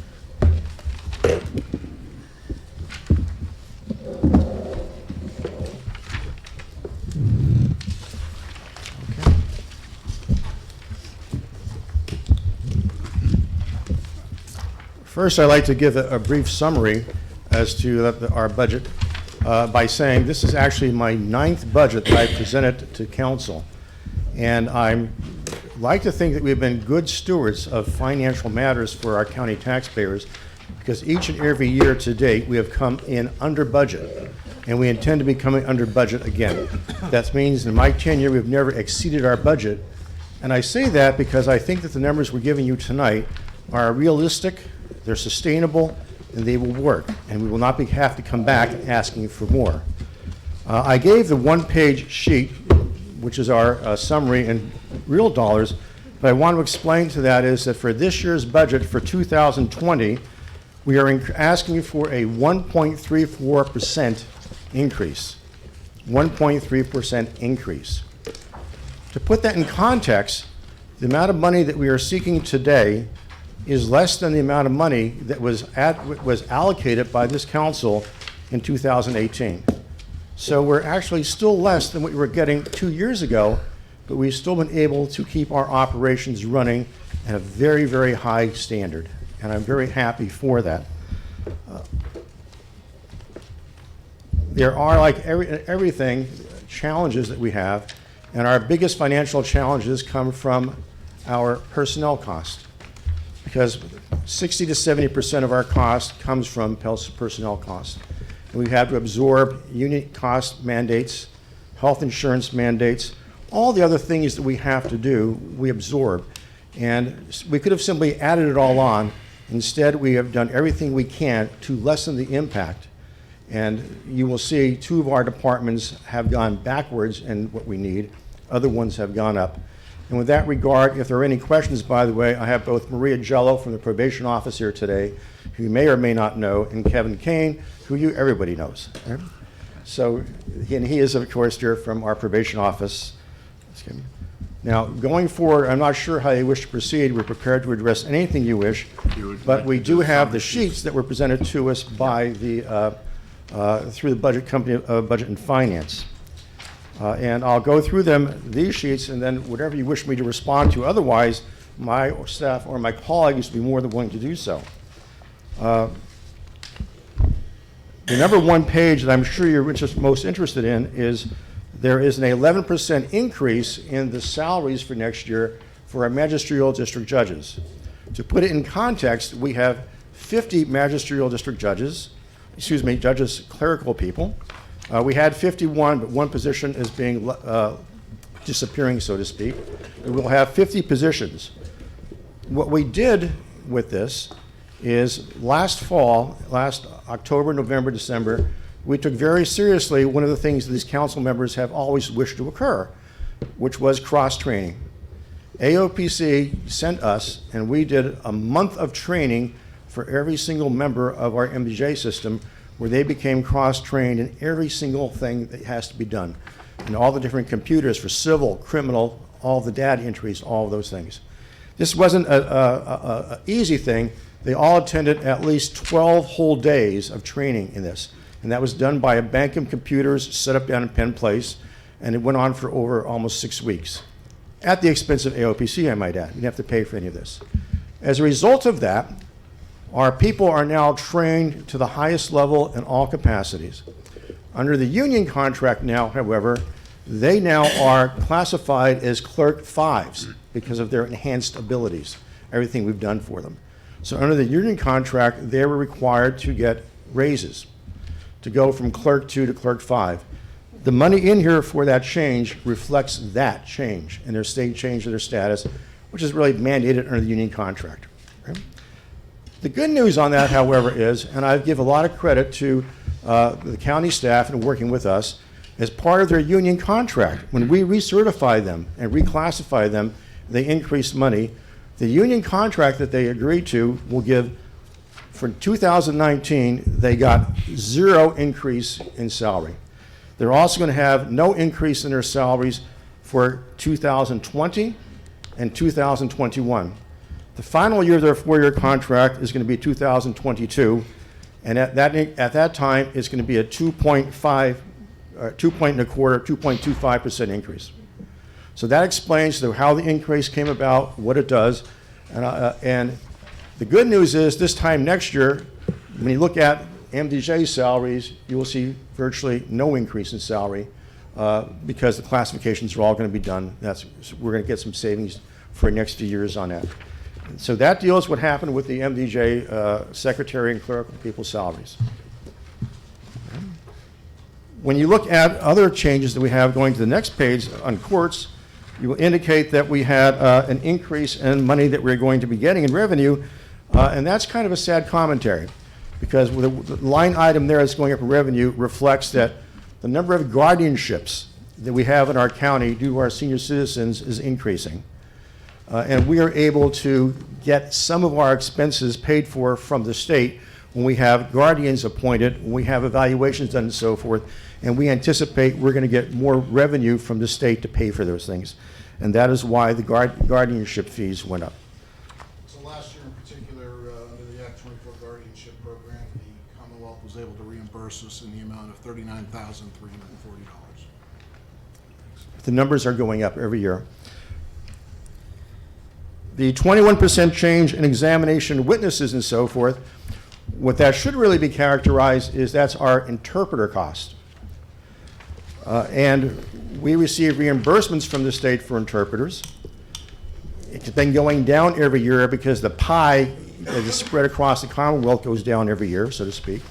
We also have benefited greatly by having a full-time employee that's a certified interpreter for Spanish language at the highest level, which saves us immense money. But the actual cost of our interpreter service systems is over $150,000 a year.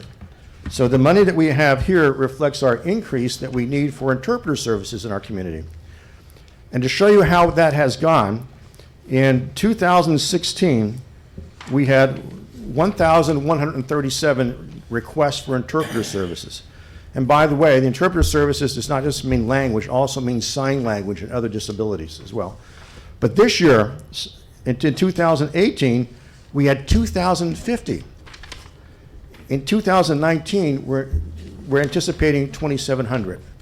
So the additional cost of interpreters, which under federal law we must apply, that explains where the 21% increase is required in that. But even at 21%, it's really a $15,000 increase. Right? Now, part of the things that we do is we also have a very active outreach program, as we will. We encourage people that if they have a disability, if they have a language problem, to let us help them understand the legal system and navigate their problems here. So we actively seek out and encourage people that if they do have an issue, let us know, we will address that. By the way, just for information services, I was surprised by this. Our 5 top languages we get ever requested. Number 1 is, of course, Spanish. Number 2 is American Sign Language. Number 3 is Russian. Number 4 is one I didn't expect, Arabic. And the last 2 are Chinese and Romanian. It's odd that sometimes these languages pop up, but you see what happened though, if we have, say, a criminal trial with multiple hearings go on in the Romanian language, you could very easily need a lot of interpreters over a period of time. Right? And that explains what that particular item is. Some monies contained in our current revenue to approximately $40,000 was reimbursed by the Commonwealth of Pennsylvania. In addition to that, the Commonwealth is possibly going to pilot a new program by which interpretations can be done by video in the courtroom. Both Mike and I and the president judge have agreed, if the funding is available from the Commonwealth, to participate in that program. So hopefully down the road, if this pilot is successful, we'll be able to utilize that service a little more and perhaps hold the line a little bit. Net savings monetarily? Yes. Right. We're very excited about the program because it basically involves a dedicated line that is encrypted, that is secret, where you communicate via screen like you would on Skype. And fortunately for us, the state said the magic word as far as our concerned was free, that they would pay for everything to set it up so that we would introduce the program for other counties to see. And that will cut down on the need of interpreters traveling from New York City to do Russian here for us. They can do it remotely. And that's why we're looking at that as a very possible good program. Right. Mike, if I could just clarify, if I could, Mr. Chair, I'm sorry. Just clarifying question though, so the federal reimbursement for interpreters, is that under? State reimbursement, Mr. House. State Yes. reimbursement. I must be looking at the wrong, because I'm at 4184 courts. I see expense reimbursement. I don't see Commonwealth. It would be contained in that expense It is reimbursement in number. there. I don't, my apologies. No, Mr. no, House, that's all right. I don't have the specific. It would be under expense reimbursement. You said it was about 150,000 cost? No, close to $40,000. 42, Right. okay. You see, because also when you have to add in what our actual cost is, you should add in the cost of our full-time interpreter and her benefits to get a true picture of what the actual cost to us is. If we didn't have her, we'd have to get that from an outside vendor. Sure. Okay. Okay, thank you, gentlemen. All right. Turning now to Domestic Relations Office. Oh, I'm sorry, unless we want to, I didn't hear, I'm sorry. Question on positions in the courts. You have a head count of 81 and for 19 and also for 81, or for 2020, I'm sorry. But I'm looking at the position budget and it's showing an elimination of an IT specialist position. I don't believe that's showing an elimination of the IT position. That position we're trying to fill. To an IT director. So you changed it into an IT director? Yes. So you kept the position? Yes. But gave him a $21,000 raise? Yes. What we need, what was demonstrated to us when we had the cyber issue is that we did not have the right level of people that we need to be able to respond to it. And so what we did in the last month and a half, we advertised for a position and we had professional people tell us what are the credentials you need for that position. We advertised for it and we got 6 applicants at like $60,000 or whatever that figure was. None of them met the minimal qualifications. So it's a real concern to us because, like, for example, we have the help desk people and we have the people doing the servers. We don't have people in the middle that can work on their SharePoint programs and things of that nature. So we targeted that, and so far we've been unsuccessful. And I think the real reason we've been unsuccessful, we've learned, is if you can do that type of job, you can go to suburban Philadelphia and make a lot more money. So we're having a real difficult time that position. We changed the title, we try to give more money, but it's a problem. Sure. That's, I mean, it's, you're listing here accounts with changes over $10,000, and maybe that slipped under the radar, but, because it's a position change, but it is a change of over $10,000. It's a change of $21,000 in salaries. Part of another position that was still on our position, the switch got encompassed into that IT director position. Right, the IT specialist was morphed into the IT director, right? Yes. And was there another one involved? There was some money left over from another position.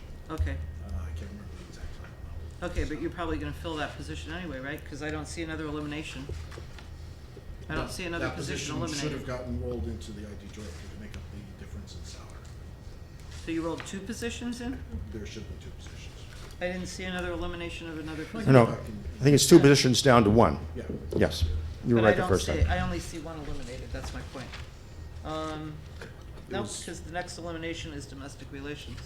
I only see 1 eliminated in courts. Okay. Okay. Right. All right, thank Okay. you. All right. Anything else on that issue? All right. Moving up to the next one on our. Freeman, I'm sorry, I didn't see. While I we're didn't still see you there. on the courts 4184, Status of the revenue under divorce master. I'm seeing here actuals back in October, 27,008. Yes. And I know 60 was anticipated. Right, the most, and we are right now, we're up to $39,000 that we have gotten here right now. And what we discovered was our numbers and estimations were off because of the fact that many people were in front of the divorce master who had paid the fees prior to the new fee being made, all right? Now, we were concerned about that number, and we were doing to correct that for next year. We have an order in place. We're going to increase the fees. Actually, we're going to double them for $400 to $800 to make sure that we meet the $60,000 this year. And obviously, you can do it under state statute, increase the fees. You can do that at the county level? The master fees we can do, yes. You can do that, okay. Yes. And by the way, there's sometimes I'm asked questions about, well, is that fair to our people? You know, they have to pay a fee to use a master and so forth. Well, the masters that do for divorces, it's really for property division. And so the ones who use the divorce masters are usually not the ones doing the divorce. They're the usual ones with assets, sometimes really significant assets. And for them to be able to afford the fee of $400 is nothing compared to when their lawyers are getting paid $300 an hour. And so that's why we are looking at that. We want to make sure that position is self-sustaining. Yeah, because I know my reservation, I did not support that when we passed that, and I was afraid if we were going to get tenable results out of that, but that's promising. If it doesn't yield.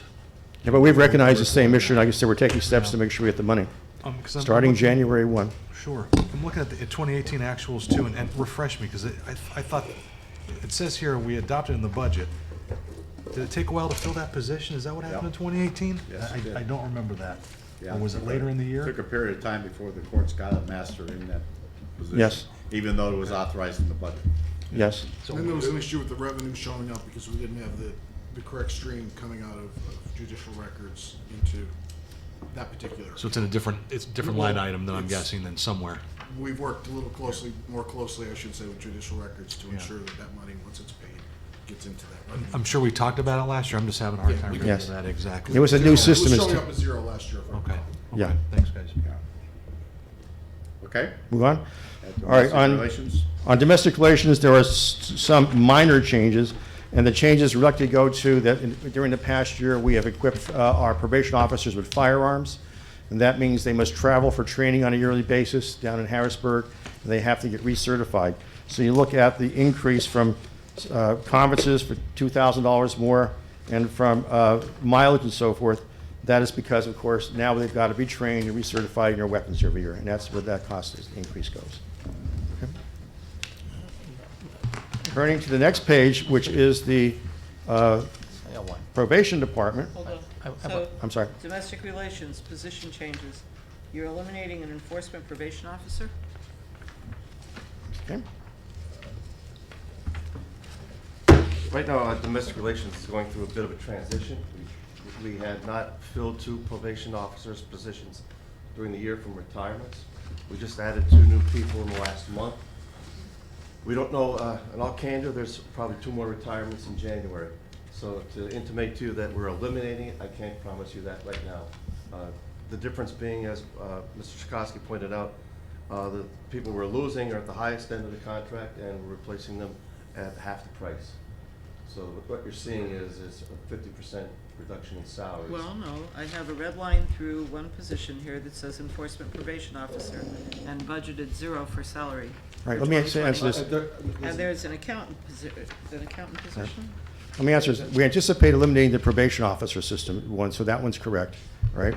The accountant position we are attempting to fill and been working on that for quite some time. There's a difference between the language, I would tell you. The enforcement probation officers are those gentlemen that are out getting the weapons training. They're categorized differently from our domestic relations support officers, conference officers, interstate officers. We have 5 people in that division. We don't need a 6th right now. So it's 1 less person that would be utilizing a weapon.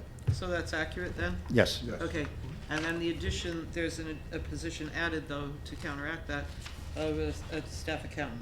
That's correct. In order to continue our reimbursements that we provide to the county, it's quite voluminous in all candor, and We tried advertising, as Mr. Shikowski said. I'm not sure that's a new position, however, because that position had been filled by Mr. Szymanski, and he had retired. And primarily, that position is the one that deals with the financial matters, dealing with the estate reimbursements There's and all zero that. budgeted, zero in it for fiscal year 2018. Right, Zero and salary. that was probably held open because Mr. Szymanski was gone. Well, no, it was zero, so there was no salary paid in that item. It could be we didn't pay the salary, but the position was not eliminated.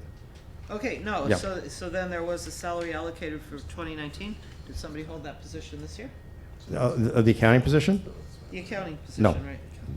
Okay, so you had $36,000 in Yes. salary that Yes, that position was used. not filled, yes. Right, and you're still budgeting it for this year? Yes. Okay, We have you went a year- advertised for that, and that But hope. you went a year without it. Do you need it? I'm doing it right now, so I'm doing it about 3 Well, you times. must be Right. doing a great job. Well, We're getting no. money, we're not Talk about getting that for a bit. complaints about that. Yeah, let me put a little bit of context in as why we need it now. One of the problems we have in dealing with both domestic relations and probation office is they deal with the state all the time, and the state runs on a fiscal year. So the real problems that we run into is all the reimbursements, everything that we do for both of those offices occur in the next 6 months. The first 6 months of our year, our fiscal year is easier for them. That's where we are. The other issue we have coming up next year, which is going to be a major issue for us, is that we have a 10-year lease with the state for our building over there, where we get paid a great deal of reimbursement money. And that lease is expiring at the end of this year, and that's going to have to be renegotiated. And we're going to have to demonstrate a lot more of our cost in order to get the state to reimbursements. So that's coming. That's future problems that we have to address. That seems like Okay. a top So level there's position. $36,000 in salary anyway that's sitting there waiting for someone We to take the advertised job. that position. Okay. And like the other position we referenced, nobody met the requirement. We're advertising again January 1. Okay. We have to. I think further compounding what you're looking at, Mrs. Houck, was previously the position was listed as, so I was just asking Kevin, Title 4D coordinator. Okay. Not, so I think. Was that pre-2018? Yes. Okay. So I think that's. Okay. So that Renaming, was just renaming mis- it, I it think, was is renamed, causing right. it, Okay. you're looking at it different, I mean. Okay. Okay. Thank you. You're welcome. I had one question. When you go and process a deed or something, there's a fee that's generated for computers, I think, for the courts. I'm sorry, I didn't hear. When you process a deed and when you record a deed, I think there's a fee added on that. There's a lien search fee under state law that requires Right. properties being sold to check with domestic relations if there is an outstanding debt owed. Yeah, but the other one was, no, when you record a deed, I believe, All right. part of the Well, recording. I can answer that One of for the you. fee is that computer. I can answer that for you because that's what. Right, the computer fund. Yeah, Let do me- you get any of that computer fund money No. back to pay for your salaried person? No, let me answer that question for you because it's especially one that comes out of the deeds and so forth. Mhm. Because it's one of my areas that I get upset about the most. Right. And we agree. Right. Because what happens is there's the basic deed amount that gets Right. paid to our pathonatory's office or clerk of deeds. And then there must be 4 or 5 add-on charges. Right. And they're always voted upon by the legislative branch for this program, that program, this program, and that money gets siphoned out of here and goes to their programs, which we may or may not ever use in our county. Like there's the computer money that they do, and that money goes to fund the computer programs for the state legislature or who knows where, but those fees don't go to us. I'm sure when Joan is up here in a little bit, if you want to get into more of that detail with it, she can show you how these things get divided up all the time. Pathonatory's office as well. And it's like a stealth tax. You put it on as a fee and avoid having a tax, but it ends up costing our taxpayers the same. Yeah, The other bottom line is the money doesn't come to us. I know. We collect it and we don't get it for anything. That's what I wanted to know, Yes. because I think there's a fee specifically that's supposed to go for court computers. And that, Right.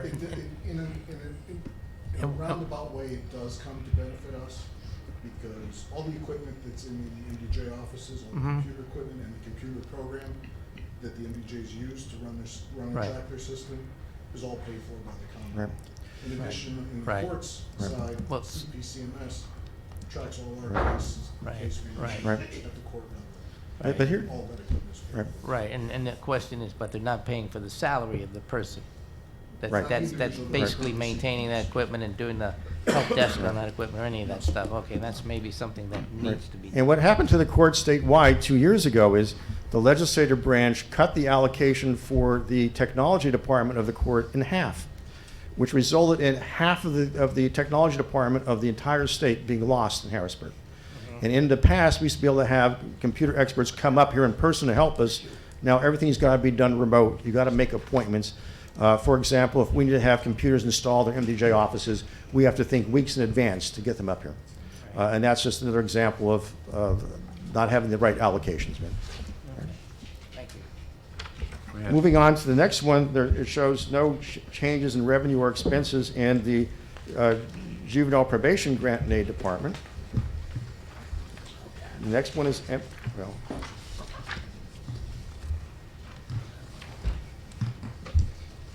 I really don't see any of the other pages until I get to the last pages where there was anything included in that. The only other last thing I wanted on the very last page that I had to deal with domestic relations office and the Title IV-D money. And that's an example of what we're trying to do to help the court. The county is trying to be helped by the courts. As you remember, last year we were able to include an extra $500,000 in the Title IV-D money. The good news is we've been able to include that money again this year, so we're going to be able to keep that $3.5 million in, even though in the past it was in the range of $2.6 million. I caution, because this is the year that we're going to be under a lot of microscope by the feds, audit and so forth. We may not be able to reach that next year, but that's a problem we'll be talking about, I guess, this time next year. But for right now, that money is going to be coming in as far as it goes. Everything else in our budget, in all of our departments, we kept static, kept roughly the same, and we did not overestimate or underestimate it. We're trying to live within the same monies that we were allocated the last few years, and I think we've been doing it successfully. I'm willing to answer questions about anything that you may wish to bring up. Questions for Mr. Schakowsky? There was one in the past maybe I'm willing to discuss, if you wish to discuss at all, is that about our magisterial district judge leases. Now, if you'd like me to touch on that for a minute, we have long had a policy that we prefer to have our MDJ judges be located in municipalities. It not only is it good to get money back to municipalities, it's good for the community to have one central location and so forth. And so we have been trying very hard to do that. And whenever we have a new opening anywhere, we look for a request for proposals and so forth and do that. You will notice that that line item goes up every year, but of course that's just normal increases that landlords would charge. But we're always on the eye of trying to relocate from a public one to a private one rather to a public one wherever possible. But there are just some areas that we can't do that, but we're always looking forward to do that. Questions for Mr. Schakowsky? Not anything, Avi. You want to talk about the change with the Catholic Social Services? Not knowing how long we would have tonight, I did give a handout, and I did include detailed financial information. The bottom line on that is this, the third-party vendor, and by third-party vendor I mean it wasn't the county, it was the courts, it's a third party, decided that they were no longer interested in continuing some of the contracts they had with us in the court system. And there were 3 contracts in particular. It's important to understand the background of this is that for reasons unknown to me, and maybe Mr. Urban might remember, because this was back in 2010, the then county majority took those programs out of probation office and transferred them to the third-party vendor, and no one seems to know why that I are still employed here. Right? In any case, we have to take over those programs starting in January. Right? It's very difficult for us because these programs have been in place for quite some time, and the programs require people that have been certified and trained by the state and a lot of qualifications such as degrees and so forth. The programs in particular that they do, I'll just briefly describe for the audience to know, is there's a thing called CRN, Court Reporting Network, and what is commonly known as CRINs. And what CRINs is, when people come into the system at any time for a DUI or other crimes, they must be entered into a statewide system. And as far as for DUI things, it generates what kind of evaluations, who notices must get, what drivers get suspended. It's a very complicated thing to do, and that is one of the things that they handle. They do that for us at our central court and other locations. The other thing that what we have to do is called the Highway Safety Program for alcohol. That means if you are involved in a DUI or arrest and so forth, you must go through this program, which is a 12-hour program that is run by our staff. What was the third one? I forgot the third one was going to be right now. Third, we have CRINs, that alcohol safety, and we're also going to be dealing with, we have to deal with the community service program. One of the big things we've been working on, and Rock is not here yet, we've worked very hard on our community service program that was being run by the third-party vendor. And what we found out is that, you know, you can fine somebody $300, and if they don't pay it, then they're in violation, and there's probation office, all these problems. So we have tried to emphasize community service for small-level crimes. And it was being run by the third-party vendor, was from soup to nuts, finding somebody who's willing to accept people for community service. And I'm shocked by how few people in our community are willing to accept people doing community service. You think you just call up a church and they send them right down, it's a problem. So they handle all of our community service programs, and that's 2,000 cases a year. So it's a great deal amount of work. Here's how we're going to address it. The good news is that, well, I shouldn't say the good news, we get, on an average, it's shocking to me when I tell you this, we get 1,300 DUI arrests a year in our county. Think about our population of like how high a percentage that is to get it. Of course, many of these people are repeat offenders. In any case, they have to pay a fee for the CRIN, $60. They have to pay for the health, for the $250 for the course they have to go through. And our experience is strange. They pay it. Because everybody wants their license. This is not when you have to chase people to get paid. They'll pay this because they get their license back if you don't complete these programs. Anyway, the third-party vendor had generated $309,000 in fees in 2018. Those fees will now be coming into the court system rather than going to the third-party vendor. For the community service, we decided to do this. They were charging a $100 fee for setting you up for community service.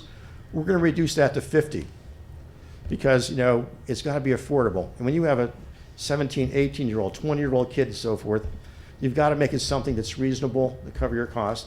And that's going to generate, we estimate, another $40,000. So looking at this, our total cost is going to be about $270,000. And we anticipate there's going to be even more, but I wanted to be conservative and use the 2018 figures. Now you do the math, you will see there's a difference, like $55,000. Well, we're working with that with the sheriff's office because one of the things they have to be successful for these programs is you got to have people available to do their programs at night and on weekends. And so we intend to utilize a space down in Penn Place, and that's where the $3,000 increase, by the way, was in one of our repair and expense things, was to outfit that office. So we can have the classes at nights and on weekends and so forth. But that now entails we have to have security at night and weekends. And it's really not fair to the sheriff if we don't take whatever money we have left to give to them so they can provide security down there. So we anticipate it's not going to be like a profit maker, but we're going to, whatever, we have to figure out the security and pay it. We don't have that numbers yet because we don't know when the programs are going to be, how long they're going to be, all that type of thing. So that's our plan to deal with that. Now, we were caught a little bit flat-footed when this occurred, but there are things that we just have to do to keep those going because all three of those programs, two of them are mandated by statute, and the third is really just something that we should really do for community service to get that done. I know we have talked about it in the past, and I've always agreed about it, that rather than sitting in jail, we can have some people out there picking up trash on the side of the highway, things of that nature. You know, and we're really trying to encourage that to occur. And working with Rock and the prison task force, when you think about it, the average amount of prisoners in the main prison now is down to about 425. When we first started, it was 525. We're pretty much reversing now where it was a few years ago, where 2/3 of the people were in prison waiting trial. Now it's down to about 40% waiting trial, and we try real hard to have speedy trials. So that's our challenge with this. We're working on it. Nothing has been finalized yet, but I know there was concern about it, so I wanted to give a little bit more detailed information in a written document you can look at your leisure to show how we're addressing this. And we have not yet figured out how we're going to address. We have to work with county manager and Mr. Rakovich about replacing that vendor for the third-party vendors' services that are being done in the prison. That's pretty much going to be their contract, but that's another issue we have to face very quickly. Any questions on that project? Any other questions for Mr. Shakowski? Yes.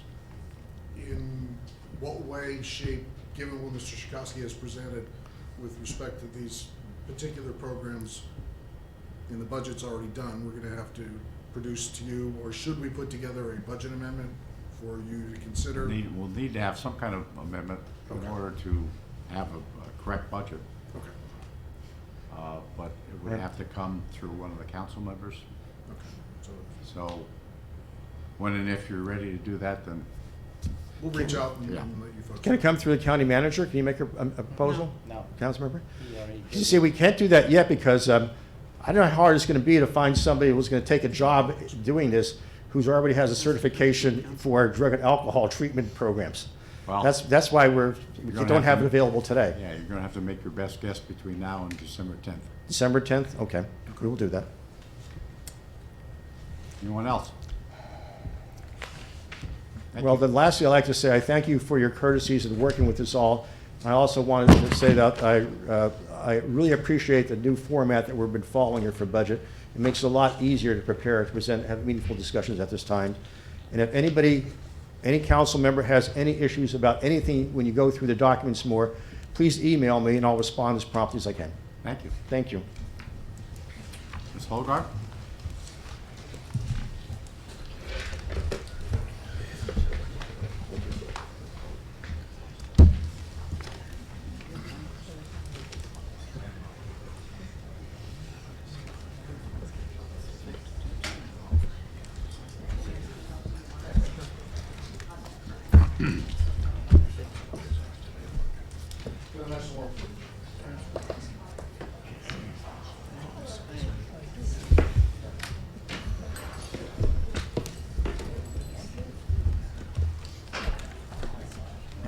I guess we saved the best for last.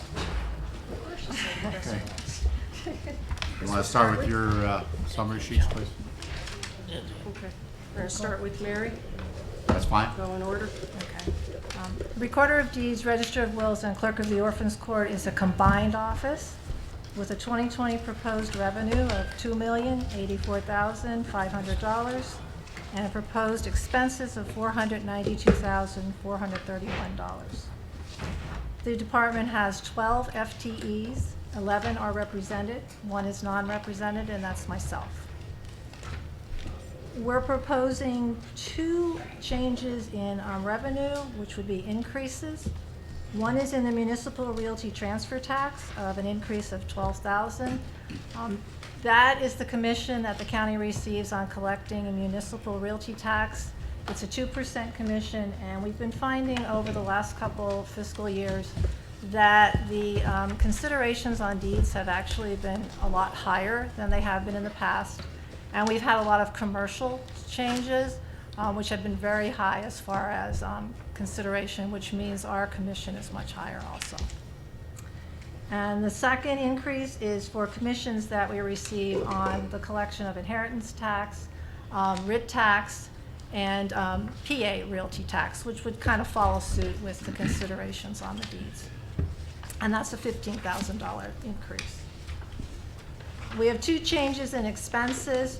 One would be an increase in wages of represented personnel, and that's basically a result of the collective bargaining unit.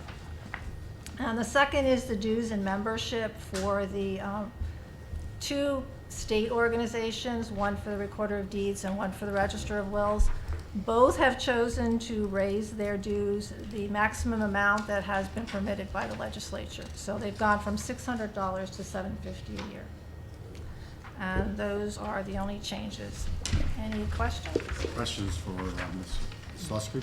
No, Mary, when Mr. Shikowski was here, he mentioned that fund for computers. How much does that fund generate on average a year? I'd say 1.2 million from the recorders in office and the registers combined. Now, they also collect in prothonotary and clerk of courts, correct? Right. And where's Clerk of that money courts go? is later on as fines are collected, so it's kind of hard to judge, but prothonotary is about 600,000 a year. 600,000 and yours is 2 million. 2 million, so that's 1.8 million. And where's that money go? We distribute it to the Commonwealth every month, Okay. so I don't know what they do with it afterwards. But is it earmarked in the law for specifically? I believe so, yes. Yes. For the courts? Some is for automation, some was for individuals who could not afford representation. So there have been a number of, like one's called the JCS fee, one's called the JCP fee, but it's all combined for court expenses. Other questions? Thank you. Thank you.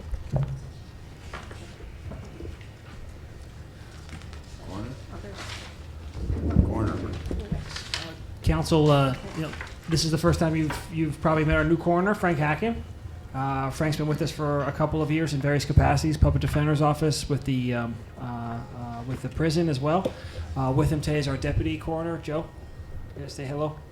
We now have a fully staffed office at the coroner's office of 4, and I'll turn it over to Mr. Hacken and Ms. Hogarth. Thank you, and I'm very appreciative to have this position. Thank you very much. Our budget, our proposed revenue is $153,250. It's approximately a $2,250 increase from last year. Our proposed expenses is $550 and $624. It's only a $169 increase in expenses. We have 3 full-time non-rep employees and 1 rep employee. Our significant expenses increases is our wages for non-representative went up about approximately 10%. That was based on the adjustment scale for the compatible positions and responsibilities for the coroner. Supplies, it's a 25% increase, but it's only $300. We're looking at some basics of increase in supply costs. Advertising is only a $100 increase. Dues membership is only a $100 increase. We have a vital statistic improvement fund. It's a fund that is given to us by the state. It's based on death certificates. We approximately have 80,000 in that right now, and we get approximately 35 to 40,000 every year. Our proposed revenue there is 115,000. We're looking at expenses this year. We're looking at purchasing a vehicle and a case management system, which would approximately cost around 100,000 for both. The case management system, we're looking at getting state funding from the Department of Health, that there's funding available for computerization on that. That is it for our expenses and revenue. So, obviously, Mr. Hacken wasn't here when we started preparing the budget, so I appreciate him jumping in here since we've been here. Mr. Hacken, if you could address, there was an issue regarding our representative employee getting an overtime every day that you've addressed. Can you bring that up to council to speed on that? Yes, that we have readjusted the schedules, and that overtime is no longer occurring. And we still have coverage throughout the. We have coverage for the entire shifts, but there is no overtime involved at this point in time. Okay. Questions for Mr. Hacken? Just one brief question, Mr. Chair. Sure. Hey, Mr. Hacken, welcome. Good to see you. I'm just looking at your revenue streams for all the reports under 41569, 70, 71. They're all exceeding expectations. What do you predict for the future? Would that be something to bump up a little bit? What's your Okay, sir, where are you again? I'm sorry, you're under This revenue. is the budget book, not in the sheet. Oh, I'm sorry. Yeah, under revenues, the first 3 lines, actually.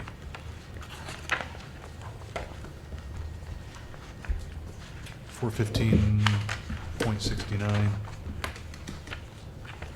It says coroner report, and then autopsy reports and toxicology reports.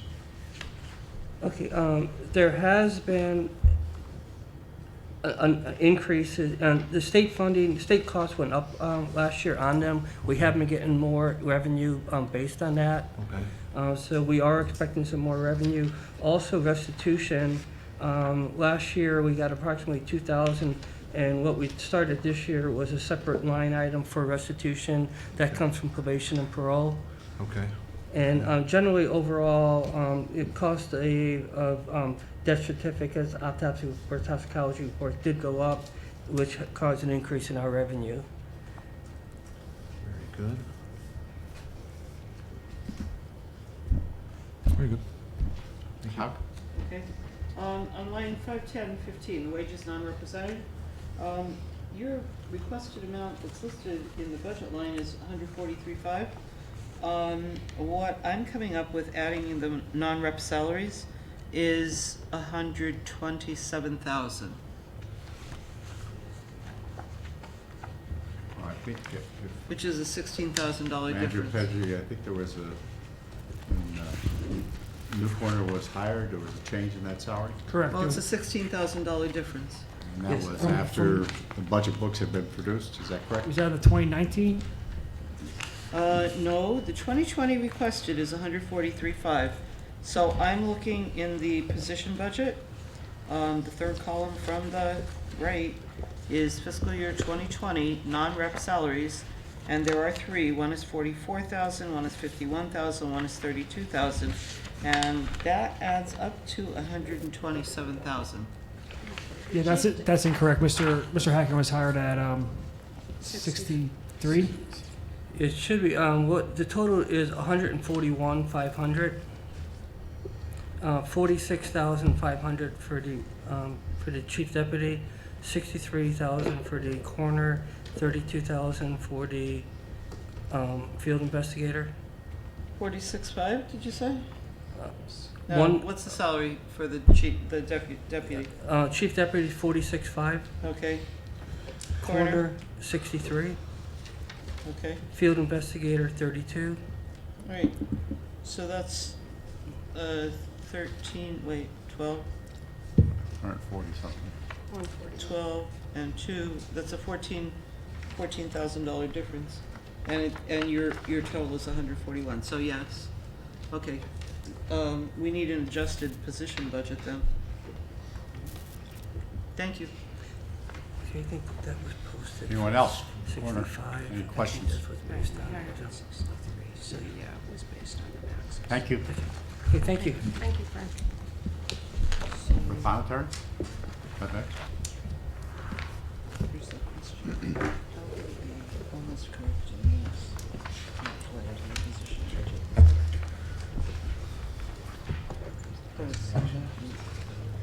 The Proclanetary and the clerk of courts are combined under 4195. Total revenue for 2020 is $1,387,100. Total expenses is $1,127,011. Full-time equivalents in management is 3. Full-time equipment and equivalent, and represented is 24. I'm the lucky one in Jones Division. I get the total of all the managers' raises in my budget. The Protonotary and Clerk of Courts hand in an excess of revenue over expenses of $260,000 to the county. The largest changes in our revenues is court costs. We are going from $40,000 to $45,000 in expungement filing fees for a 13% or $5,000 increase. Our wages have gone up 3% per contractual agreements. Insurance and liabilities have gone up 10%. And dues and membership for the Prothonotary Clerk of Courts Association, State Association, has gone up by $150 or 25% on that line item.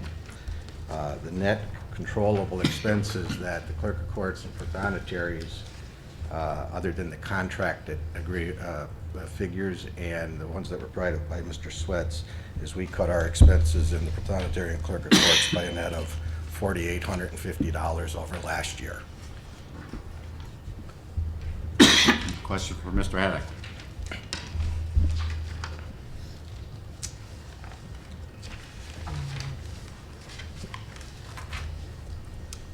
Anyone? I'd like to just follow up something Mr. Urban asked as far as he always asked about the court costs. And they do, the AOPC does also include computers for the courts and that training that Mike Shikoski talked about.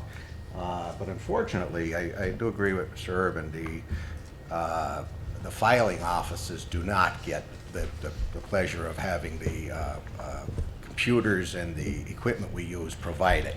That goes more to just the courts, but we do get the benefit of the software in CPCMS and the Clerk of Courts in particular as a benefit of that.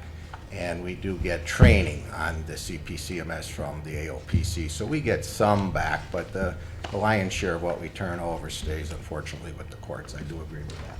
Right. I guess my comment, the question, Mrs. Sikorsky, was why isn't that person who's dedicated to managing the court computer system getting paid from that fund?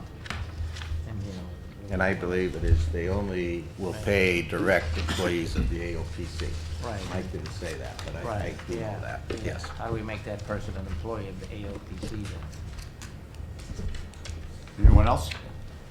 That I don't know. Thank you. Thanks. Thank you. Thank you, Jim. Sheriff and Security?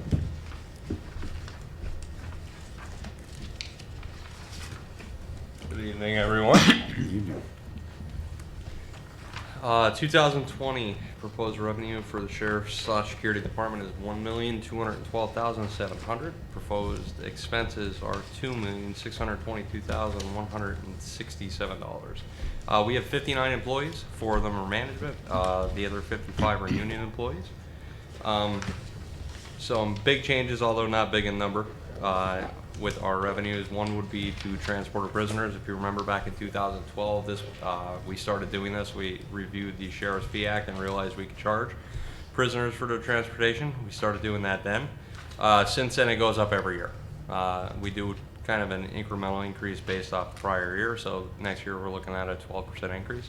I would like to report that I have a 213% increase in fingerprinting fees, although it's only $850. Basically, every police department in our area has stopped doing physical paper fingerprint cards for people. So we're kind of the only game left in town that's doing that. And what we have been getting is traveling nurses and doctors are actually required to have these, so we get all the nurses and doctors. Big differences in expenses. Wages represented. That would be our union contract, although it's only 1%. A change, it's only 13.9. The reason for that is we had a lot of employees leave that had higher salaries, and we're replacing them at much lower cost salaries. Insurance, that is from the insurance company. Repairs to maintenance and software. We have for a number of years not had a contract with our Secure system. That would be the card that everybody uses to get in the building. So every single time we have a problem, we actually have to call out a company, and it's a per hour basis, and it kills us every year. So what we're looking to do is actually add a software maintenance agreement so that those costs are covered. The next difference is in dues and memberships. It's a $450 increase. That is a increase in our dues to the different associations that we belong to and the programs that we are in. The last is meeting, conference, and training fees. There's an increase there. Just to give a little heads up or an update on our status as far as employees, we are almost at full staffing. We have 4 left that closes on December 3rd. My issue becomes I have 15 employees out of my 55 that have less than 1 year experience. We have never been in that situation before. It's extremely tough for us. 5 of them are leaving in January to go to Penn State for 7 months to go to the Sheriff's Academy. That's why we are going to have, I did not decrease my overtime this year because it's going to be right up there again. And that's why I increased our training costs. We have to provide training to all these new ladies and gentlemen that we have. They are my changes. I am up for questions. Mr. Chair? Yes. Yeah, Mr. Sumsky, thanks again. I think that the state reimbursement, we talked about this last year. What's Yep. the status of that? That is still being held. Surprise, We have not surprise. received any reimbursements. However, we do keep track of every penny that they owe us. Yeah. And we hope to get them back. Ironically, we still do have to pay them semi-annually, hundreds of thousands of dollars. So. We're used to that song. Yeah. Yep. All right, thank you. Sheriff Shumsky, Yes, sir. as I remember that recently you requested a change in your personnel. We did. That had a lot to do with our retention. We requested that we have I've been with the department for 13 years. We have never really had the rank structure that we should. We had nothing for anybody to aspire to. There was no real room for improvement. That was every exit interview we did. Primarily, the first thing is obviously money. Our deputy sheriff's salary is the lowest for a third-class county in the state. However, that was kind of always offset by different things, benefits, and but the one thing that we were seriously missing was room for improvement. There was nothing. So we did convert 4 of the deputy sheriff's positions to 2 corporal and 2 sergeant positions. And I believe you lost one position in that. We did. We have held 4 open positions since February that we are trying desperately to fill. We had our highest vacancy was at 8 at one point. It's been a tough year for my office, but yes, we did lose 1 position by creating those. So eventually, will your number be 54? No. And the representative side? No. That number, the 55, how it says 2019 55, that reflects the reduction of that 1 position. And the 4 positions that were changed, would they be non-representative? No, they are still union members. Okay. Just one. Any other questions? When the district attorney was here, she said that she had people that she had to extradite, a couple out of Puerto Rico and places like that. Do you go get them? We go everywhere in the Right. contiguous United States, Puerto Rico, Canada. We've been to Mexico. We do. It depends for different reasons. We are typically, our extraditions are for post-arrest. Okay. A lot of times her arrests are her extraditions are pre-arrest for arrest. Right. We get them after they have failed to appear for their court hearings and things like that. So But yes, do you get paid from her? we do not. Do you collect from the individual? Collect from the, I'm sorry? Do you collect from the individual? We do. Okay, so. Well, we collect in the sense that we assess fees to them. Right, okay. I guess we need to look at her budget again to see if she included money in there for collecting it, because if the sheriff is going to pick those individuals up, then I don't know if she needs the money in her budget for that, if he's doing the work. They're different extraditions though. Okay. Yeah, so mine, like I said, mine are post-arrest Right, if they right. fail to appear for a hearing. Hers are for the initial arrest. Right. That if a warrant was issued for a homicide and they have to travel to California for somebody. Are they traveling or you traveling? They do. Well, we both do. Yeah. Not for the same person. We travel for different reasons. Okay, so there's no central office, your office doesn't do them all, she does some and you do some? Correct. Yep. Okay. And both of us actually use an extradition company because it's a lot more financially Right, they probably. better. It's Yeah, cheaper. They got a They- bunch of them yeah. at the same Yep. time, yeah, okay. Yeah. All right, thank you. Any other questions? Thank you. Thank you much. Record storage? Butch isn't with us this evening, he's off, so I'll be doing his. 2020 proposed revenue is $107,000, which is basically copy fees and the reimbursements from the departments for expenses. 2020 expenses are $110,358. Major change is an 18% change in repairs and maintenance to buildings of $3,000. We want to put additional lighting with the rolling racks. When they get to the top shelves, they can't see anything. They're back there with flashlights, so That's the estimate that we've received, around 3,000. Why is the proposed revenue going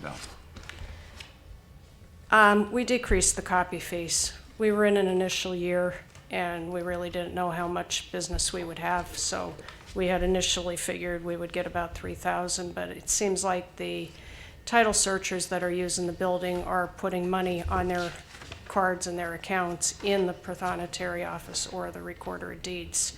So they're going down there with their money already on their accounts, so the revenue's going to recorder of deeds and prothonotary, not down there. So they would get an increase in their revenue or stay the same? They're probably staying about the same. Another thing is with the initial year, I mean, there's nothing to base it on, so it was kind of a guess on how much we would make. And with the cyber attack, we were down for a while, so, next year we may bring in more than the 1,000 that we're budgeting, but we don't know that yet. Okay. Questions? Record storage? Joe, how much of the area at the record storage facility need to be cleaned on a daily basis? The cleaning covers the front part, the public area, plus the restrooms. They do not go in the back with the records, but that contract also covers the coroner's office. So they would clean the offices in that area too, not the How much time is that required? Do you have any idea? They come 3 times a week. I'm really not sure how many hours they're there. Full-time job, you don't need somebody there full-time doing that? No, they come, like I said, 3 times a week. Okay, thank you. Any other questions? Okay, moving on to corner VSIA. Okay, I think, Frank already touched on the VSIA. If you want Mary and Jimmy to come back for the automation accounts in there. Very good. Record retention? The 500 fund is basically staying the same, 75,000 for revenue, 75,000 for expenses. No change. Record archives? One question on the record fund. We borrowed money, we used bond money to buy that building, right? I don't think so. How did we buy that building? I think we purchased that out of surplus. We bought the building. Bought the building, with bond money, right? 2015. Brian, do you remember what we utilized to? That was a couple $1 million, right? It's $1 million. $1 million, yeah. The Hanover, do you remember if it was? I don't. Was it out of the capital fund or was it a surplus? I think it was capital fund, but I'd have to confirm. Well, capital fund would have been bond money, old Capital bond fund, money. yeah, it would have been old It would have been the 2008 So bond. are they paying that $1 million back from that records retention fund? No. Should you, can you? What the record retention fund is paying is towards the expenses. Well, that's an expense. I mean, we bought the We're- building for $1 million. We're paying 70,000 a year out of the record retention fund towards the expenses down there that can't be reimbursed by the other departments. I guess though, the $1 million that was initially outlaid to buy the building, well, that's an expense. Yeah. And that was in bond money, was used, old bond money was used to buy that. Can you reimburse that money back, that $1 million over time? Can you give that, to pay that $1 million back? If the county gave you a bill, so there's $1 million, we'd like you to pay that back over 10 years. Can you do that in that fund? I can't. I'm If not the here. county gave you a bill for $1 million and said, we'd like you to pay that back over 10 years or over 20 years, can you legally do that? Could you check into that? Out of that fund? Yeah. I mean, That 'cause- I don't know. That would be a Okay. question we'd have to research. Can you research that? Because that'd be Yeah. more revenue coming into the county from that fund.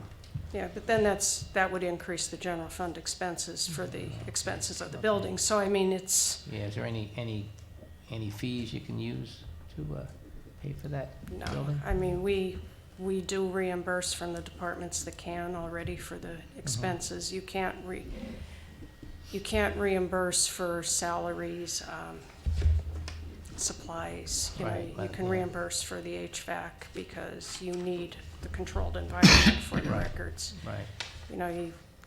We can charge the departments for electricity, you know, your basic Okay. utilities, but not everything. All right. Yes. Yes. Okay, can I ask about the maintenance of the building? So we had some discussion here about the, a service contract that was approved for the, maintenance of the building, and Yes. Mr. Pedri has proposed adding a position, a Mhm. custodial position to take care of that building. What is budgeted, in this budget for maintenance? What is budgeted is 9,300, and that would be under building maintenance. Because And at the time the budget was presented, we Is that didn't in have Fund the One, contract. is that in 100? Yes, Okay. yes. So there's a repairs and maintenance of building item of 20,000? Right, it's in there. It's part of that? It's part of that. Okay. All right, and was it your, I mean, would that change then if we add a custodian? If we had the You would eliminate it custodian, by, we you would lower it take by that down by 9,300. 9,300, okay. Okay, record archives? Yeah, and where would the custodian salary come from then? That I don't know, I mean, that would be under, Salary for what? It's in building grounds. yeah, so. Custodial position? Yeah, 22,000, I think. 22,000 is in building grounds. Yeah. The proposed budget. so the new one. Yep. Correct. All right. But you said you only needed that person works at your facility and then, and 3 days a week. Right, so And if, then they go over to the coroner's office. Is that where you say they go? They do also? that now, right? right, they do that now, 3 nights a week.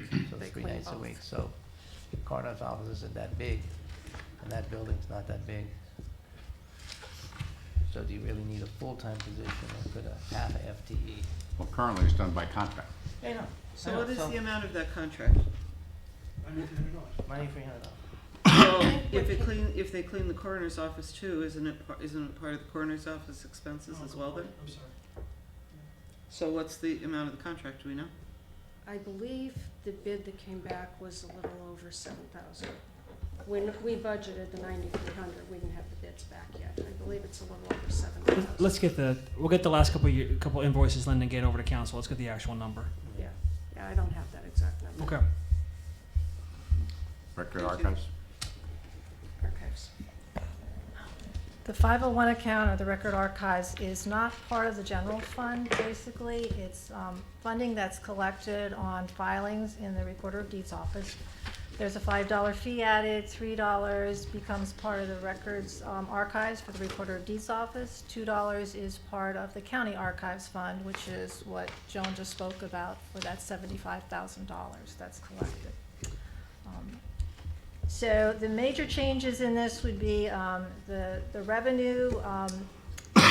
Part of it is a carryover. Money that's not used in the current year gets carried over into the next year.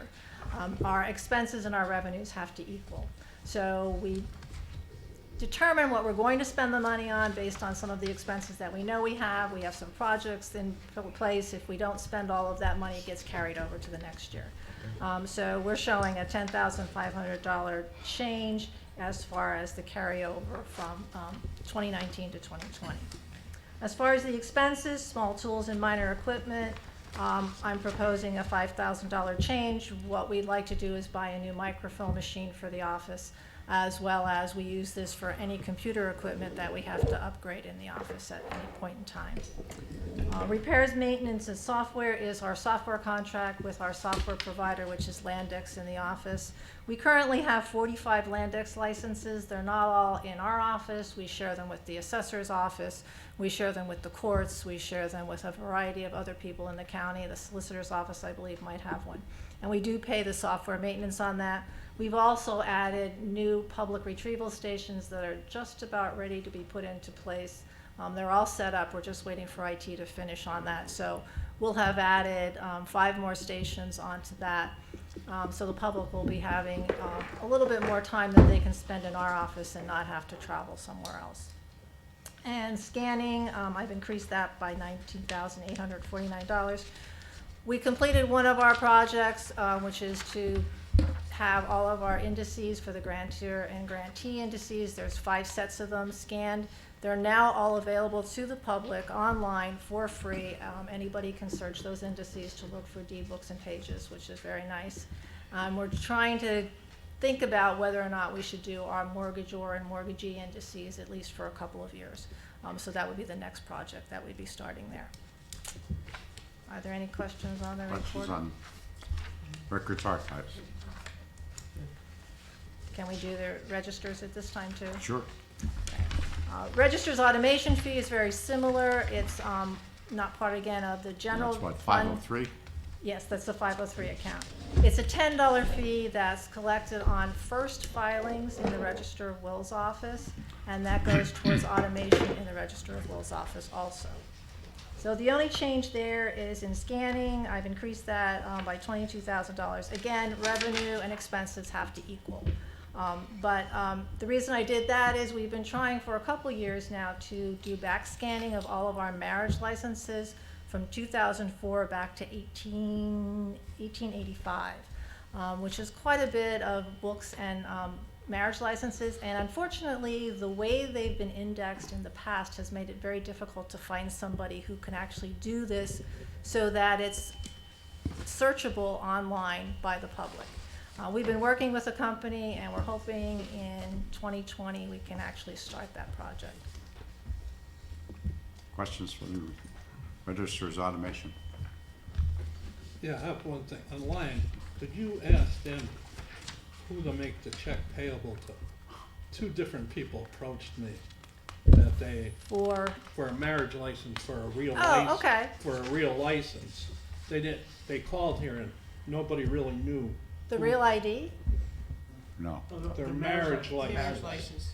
Well, okay, let me clarify this. Yeah. We do marriage licenses for people who are getting married.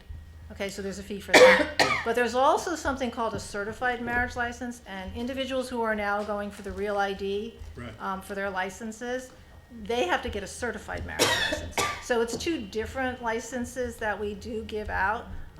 But yes, we can put online who it's payable to. I thought we had it there. No, I actually had to call it. Yeah. Okay, yeah, that's not difficult. It's the Register of Wills, but we can put that She got the online. answer from me, for those two people. Sure. I got it from Mary. Yeah. But sure, we'll put something. Like I said, I thought it was there, but we'll certainly put it online. Yep, no problem. Thank you. Thank you. Planetary automation?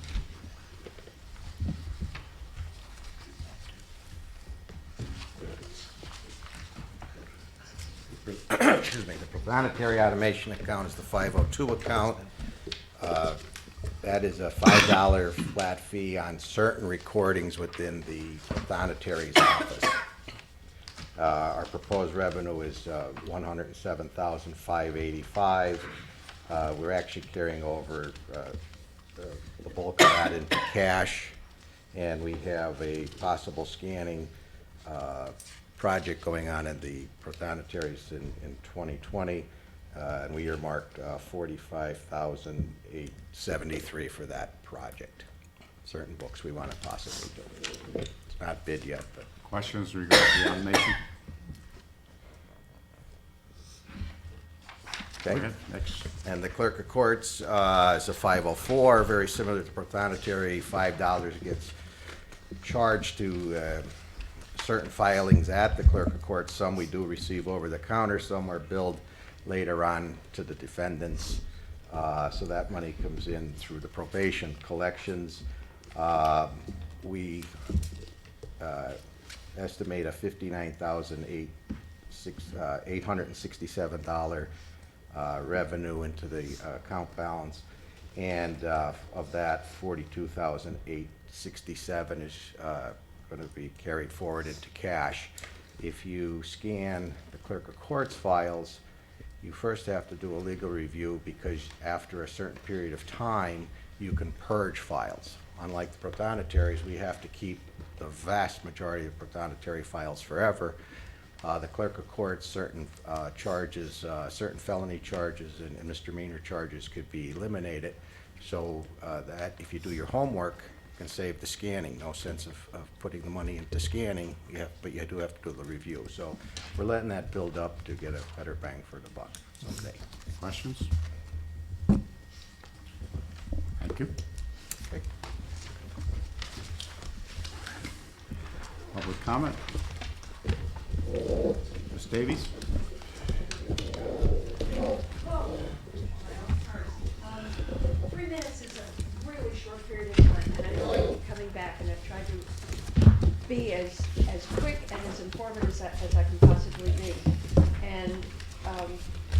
you mentioned, you were talking about absentee ballots. And when, sorry, you were talking about absentee ballots earlier Yeah. with Dominion. And No, I was talking about absentee ballots in general. right, well, and the fact that there'll be more of them. And when we looked at the system, you all saw how you vote. And we did say that the voting is similar and it's not difficult. But the end of the night, the ballot counting, the consensus was, the term that was used that, was that they fell apart at that point. I did see that they've added another $25,000 to the budget to have 2 scanners for the nighttime, because York County, as I said 2 weeks ago, I think, could not come up with this small election, did not have totals until after midnight. And the other thing I would take issue with is when I would do my little drama thing and say 30 ballots an hour, I didn't make it up. That didn't come from ES&S, that didn't come, it actually didn't even come from Dominion. Every time I've used figures, it's come from the state. The state certified all these pieces of equipment. And it's like pulling teeth to get the information out of them. You can't imagine what I went through to get, they admitted to a 47-pound battery. And you know, the 45, Mr. Pedri's absolutely right. By having the ballot marking machine, the scanners will work faster. They will take 45 ballots an hour. So you're gonna get 15 more an hour. I'm sorry that John isn't here because I would love to go back and forth with him about it. So any of the times we've used or I've used in any of those figures are absolutely right from the Commonwealth, from the Secretary of the Department of State. And I spoke with Mr. Marks again today. He called me back. He was an hour late because he was meeting with York County while they were purchasing more equipment to satisfy the needs that they did not have originally. And he said, yeah, that's the same ones you're going through. And he said, it won't be a problem. If you go with Dominion, when you set up in the spring, he said, you just, you know, change the figures and buy new equipment. That's what everybody's doing with Dominion. And what he said, and I quote again, the state acknowledges in side-by-side comparisons, Dominion is slower. So I haven't made any of it up. I said that I was going to take this to the mat because I believe they are wrong. Dominion is the wrong one for us. I will stick by that. We did choose ES&S. They haven't added any equipment. We haven't had to add, not that anybody's asked, but there's still 600 ballot marking devices for the county. Everything still works. They're same figures. We haven't had to add anything or change the figures. And the bottom line is actually Dominion, if it's now 3.6 as stated, ES&S is still 3.3. So it's no, For 1 year. no, that's to purchase the equipment. No, That's you're wrong number. And Your numbers are incorrect. well, the thing is, I have the printout from their book. Okay. And when you add the 2 to 5 years to it, it was 3.2. So, I know, and we could go round and round and round, but the Yeah, fortunate but we won't go thing- round and round and round. No, we're not No. at all. But the machines we've been using were going to be decertified, and we were gonna have to get new anyway. And we were gonna have to shell out 3.6, 3.2, 4 point whatever it was going to be. But the fact that the governor mandated this, we're gonna get 60% of it paid for. So I'm not as concerned, and I know after listening to all the budgetary discussions and whatnot, that $200,000 or $300,000 doesn't bother me because 60% of it is going to be covered. Does bother me though. Oh, it's not that you don't want it, it's not what you choose. No, But you very often get what you pay for. I understand that too. Yeah. Thank you. You're welcome. Mr. Passarello, you sat there very quietly for several hours. It's an interesting meeting. We have several a year that are interesting. I know. My name's Joe Passarello. I'm the regional sales manager for ES&S. I've heard some good and bad things tonight about us. And I just wanted to come. First of all, the reason I really came was the last time with the three of us going back and forth, I don't know if I really presented my thank yous to you for your due diligence over the last year and a half, really, I think, since we've been coming in here and doing demonstrations. and you were very thorough. I did send, because Ms. Lawrence was kind enough to get back to me and say that the email should go through Mark because there's still an open RFP, and I'll just butcher his last name, but I think you know him, Mark Zukowski, yeah. And I hope that I did send him 2 emails last week, and I hope that you got them. There was a lot of literature in there, and there was a brochure. And I commend you for all the work that you've done over the last year and a half. I always try to tell counties, don't do demos where you just have people come through and put a ballot through a scanner. Any scanner is going to look good in that situation.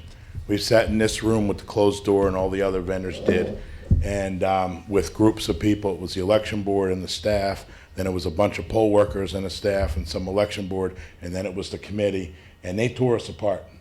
Security, opening, closing, wires and backup batteries, and cleaning the scanner and taking the ballot bin apart and everything else.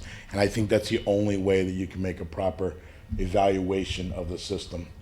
And I was very pleased to know that we were voted by the election board and the committee of professionals that you appointed here in Luzerne County 7-1 that really did a thorough analysis of every detail of not just the equipment but our company. So I really do appreciate that. You've seen, we've also, I think, over the past 13 or 14 years, given you really good support. We have a lot of local support. We're always here for you. I don't think I've ever heard anything in Luzerne County that we failed in support, and I think our history here speaks for itself. We had 24 new counties using the new equipment this past election, and 4 for the second time. We only had 1 county that had some issues, and that's with equipment that you are not purchasing here in Luzerne County.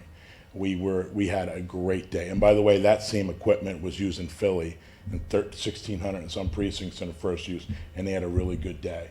So we're really proud that we came into PA and had a great election, and we're hoping to do a lot more. We talk a little bit about the scanner speed, and that's come up a lot, and Ms. Davies just hit on it. That is the certified speed of the state. I want to just bring up one quick thing that I hear through the grapevine from other counties. There's reports of some vendors not putting on their digital imaging when they go to demos. Ours is always on. The state is a true test. It is how it's going to be on election day with the digital imaging, which means it takes a snapshot of both sides of the ballot before it gets, and then you take that same media and read it into your software, okay? That is a true test in the state. If you look at the Michigan site, Dominion was certified for 3 ballots a minute. So I do agree with Mr. Pedra. I think the ballot marking device is a little quicker, for sure. There's misconception here, I think, that I'm hearing that, we're the only vendor that has lobbyists, and we're the only vendor that's been sued in court. That's just not true. If you look at the Auditor General's report, Dominion was on there just as much as we were. They've been sued many times. The only difference is that we put together a group of an advisory board of professionals throughout the country. That is the only difference if you look at anything. And yes, we did. And they gave us valuable feedback on new coming equipment, services, and pricing. And it's been very valuable to us to give the customers the best product that we can give you. So if you can wrap it up, please. Okay.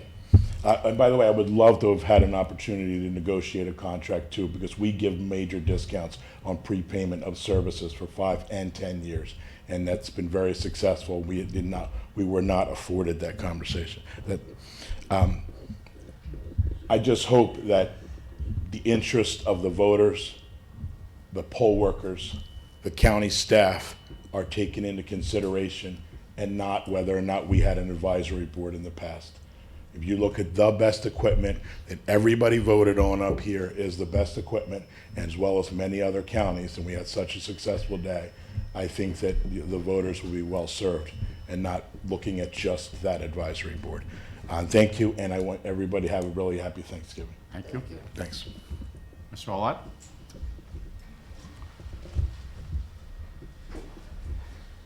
lot of what I wanted to bring up has already been brought up. I want to go back to something that Mr. Pedri said earlier on, that the committee that was convened for recommendations recommended the most expensive machine. Did we, in fact, recommend the most expensive machine? You're asking? Yes. Yeah. No. Your total proposal was the highest. You recommended the total proposal, maybe not the most expensive machine. The total proposal was the highest number. What was that total proposal number? I don't recall, sir. It seems to me it was Hart that was the most expensive by a long shot. And in our final analysis of the figures, we came up with $3.39 million for ES&S. Now, you might be able to negotiate a better price with ES&S than that, but I have the books, and I can share all of that information with the council. As far as the ethical situation is concerned, I can send you citations about all three companies, and unfortunately, that's the world we live in. A major concern of mine, and I know it is of Ann's, is poll workers in the county. The Dominion machine is a conglomeration of 4 pieces of equipment that are cobbled together and stuck on a cart. That opens the way for cables to be broken, disconnected, and when that happens in a voting place, it renders that machine completely inoperable. So we're shut down. We need to get a rover out there who knows the equipment, who can pull the cart apart, who can put it back together. The ES&S equipment is an integrated system. It's 2 pieces. You have the voting board that spits out the ballot. There's no separate printer. You bring it over to a single scanner and you're done. For the sake of our poll workers, I would, again, recommend ES&S. And getting back to also polling places. We've increased the number of pieces of equipment that we're going to be putting in certain polling places. That takes up a lot of floor space. We don't have, in many cases, enough floor space to comfortably house, on election day, the Dominion systems. So I'd hope you will reconsider, go back, get some numbers, final numbers from ES&S, and then go forward. Thank you. Mr. Griffith?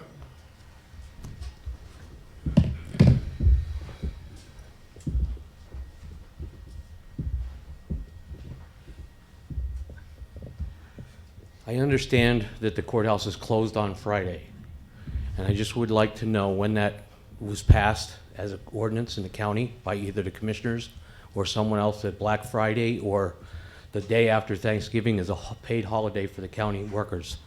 And how much does that actually cost the county taxpayers to give an extra day off, which is not a holiday. I mean, it's just Friday after Thanksgiving. It's not a holiday, but we're giving it to the employees.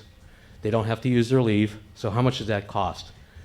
Of the union contracts, how many union contracts actually have it in their bargaining agreement? I don't see probably 3 that actually have it in there, that the Friday after Thanksgiving is a holiday. So if Mr. Pedri would write those questions down when I finish, maybe I could get an answer to that. And what that actually cost the county to give 1,500 employees the day off with pay. I asked when we were in the Hazleton venue about the $5 local use fee, and where has that money gone, and what money have we gotten? We've gotten a check from the state for $282,000 so far. Yet on the June or July report, the checking account balance report, it says that balance of that account has $627,000 in it. Now that's an exclusive account created only for the $5 fee, but there's $627,000 in it on a day when we only received $282,000. So if you go into August, that local use fee now goes down to $252,000. If you go into September, that local use fee goes to $235,000. And if you go into the last report, it's $15,790. last month, as of October 31st. So we went through $600,000, well, $235,000 down to $15,000 in a month. If Mr. Pedri could give an explanation as to how that happened and what we used that local use fee for, because that was one of the reasons why I was opposed to the local use fee, was because I wanted to make sure that we're getting the money to be used for what we designated it for. Apparently, we don't even have it in an account that we're watching properly, because it's not even correct. And lastly, I want to know about the contract for the records and corners is $6,200, and it was approved on November the 7th for cleaning the records retention building and the coroner's office. $6,200. And if I could get an answer from the solicitor about the word abatement or abate, if we're going to be able to recoup that money, as I asked earlier, because I didn't get an answer to that. I'm finished on my part.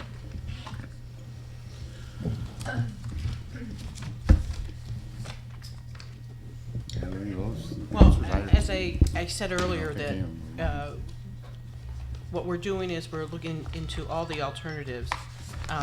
There is still a bankruptcy alternative, and as I said earlier, going forward, we're going to adjust and be proactive when these types of situations arise. So to be clear, the word abate means we can't go back and get the money from that guy. If we abate the taxes, we can't go back and we cannot get the money from him. I can't give you a 100% answer right now. That's more than likely is the outcome, but we may be able to pursue the property through bankruptcy. Okay, well, that's Because we have a. That's not what you told council an hour ago. But that's fine. I don't know when Black Friday was. Do you know, Mr. Urban? No, I don't know. No. Anyone else in the audience who would like to address council at this time? Would you provide us your name, please, and your address? Jason Carr, Sailorsburg, Pennsylvania. David, I appreciate your passion tonight around the issues that you believe in. And two quick questions. I just want to know what your feelings are on Harry's proposal to forego $1.5 million of pension contributions to save the taxpayers any increase or possible increase in taxes. And secondly, when do you, what are your feelings around moving all new Luzerne County employees to a 401k plan?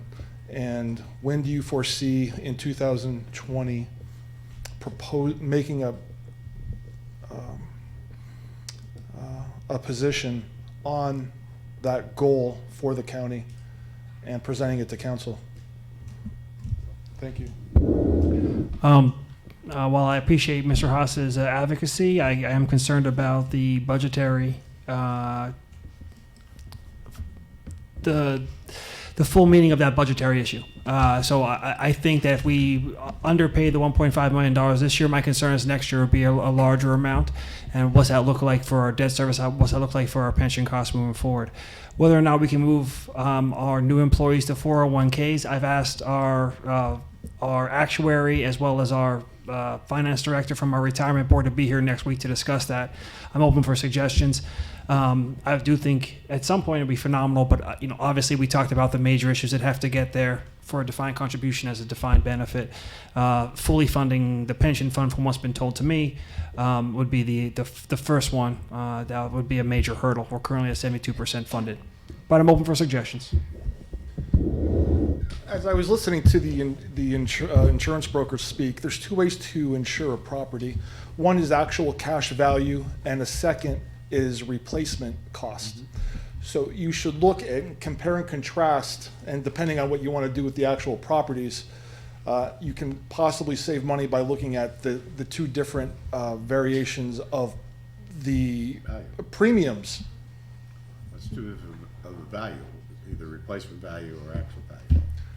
Most of the time, which dictates the premiums. Most of the time, replacement value is going to be a higher cost, which he spoke about today. So that caught my attention. If you look at cash value, and if you don't want the properties, you should base your premium payments on cash value. Thank you. Anyone else from the audience? Have a motion to adjourn? So moved, Mr. Chair. Haas, second. Sneak? Yes. Second. All in favor, indicate by saying aye. Aye. Thank you. Long evening, thank you.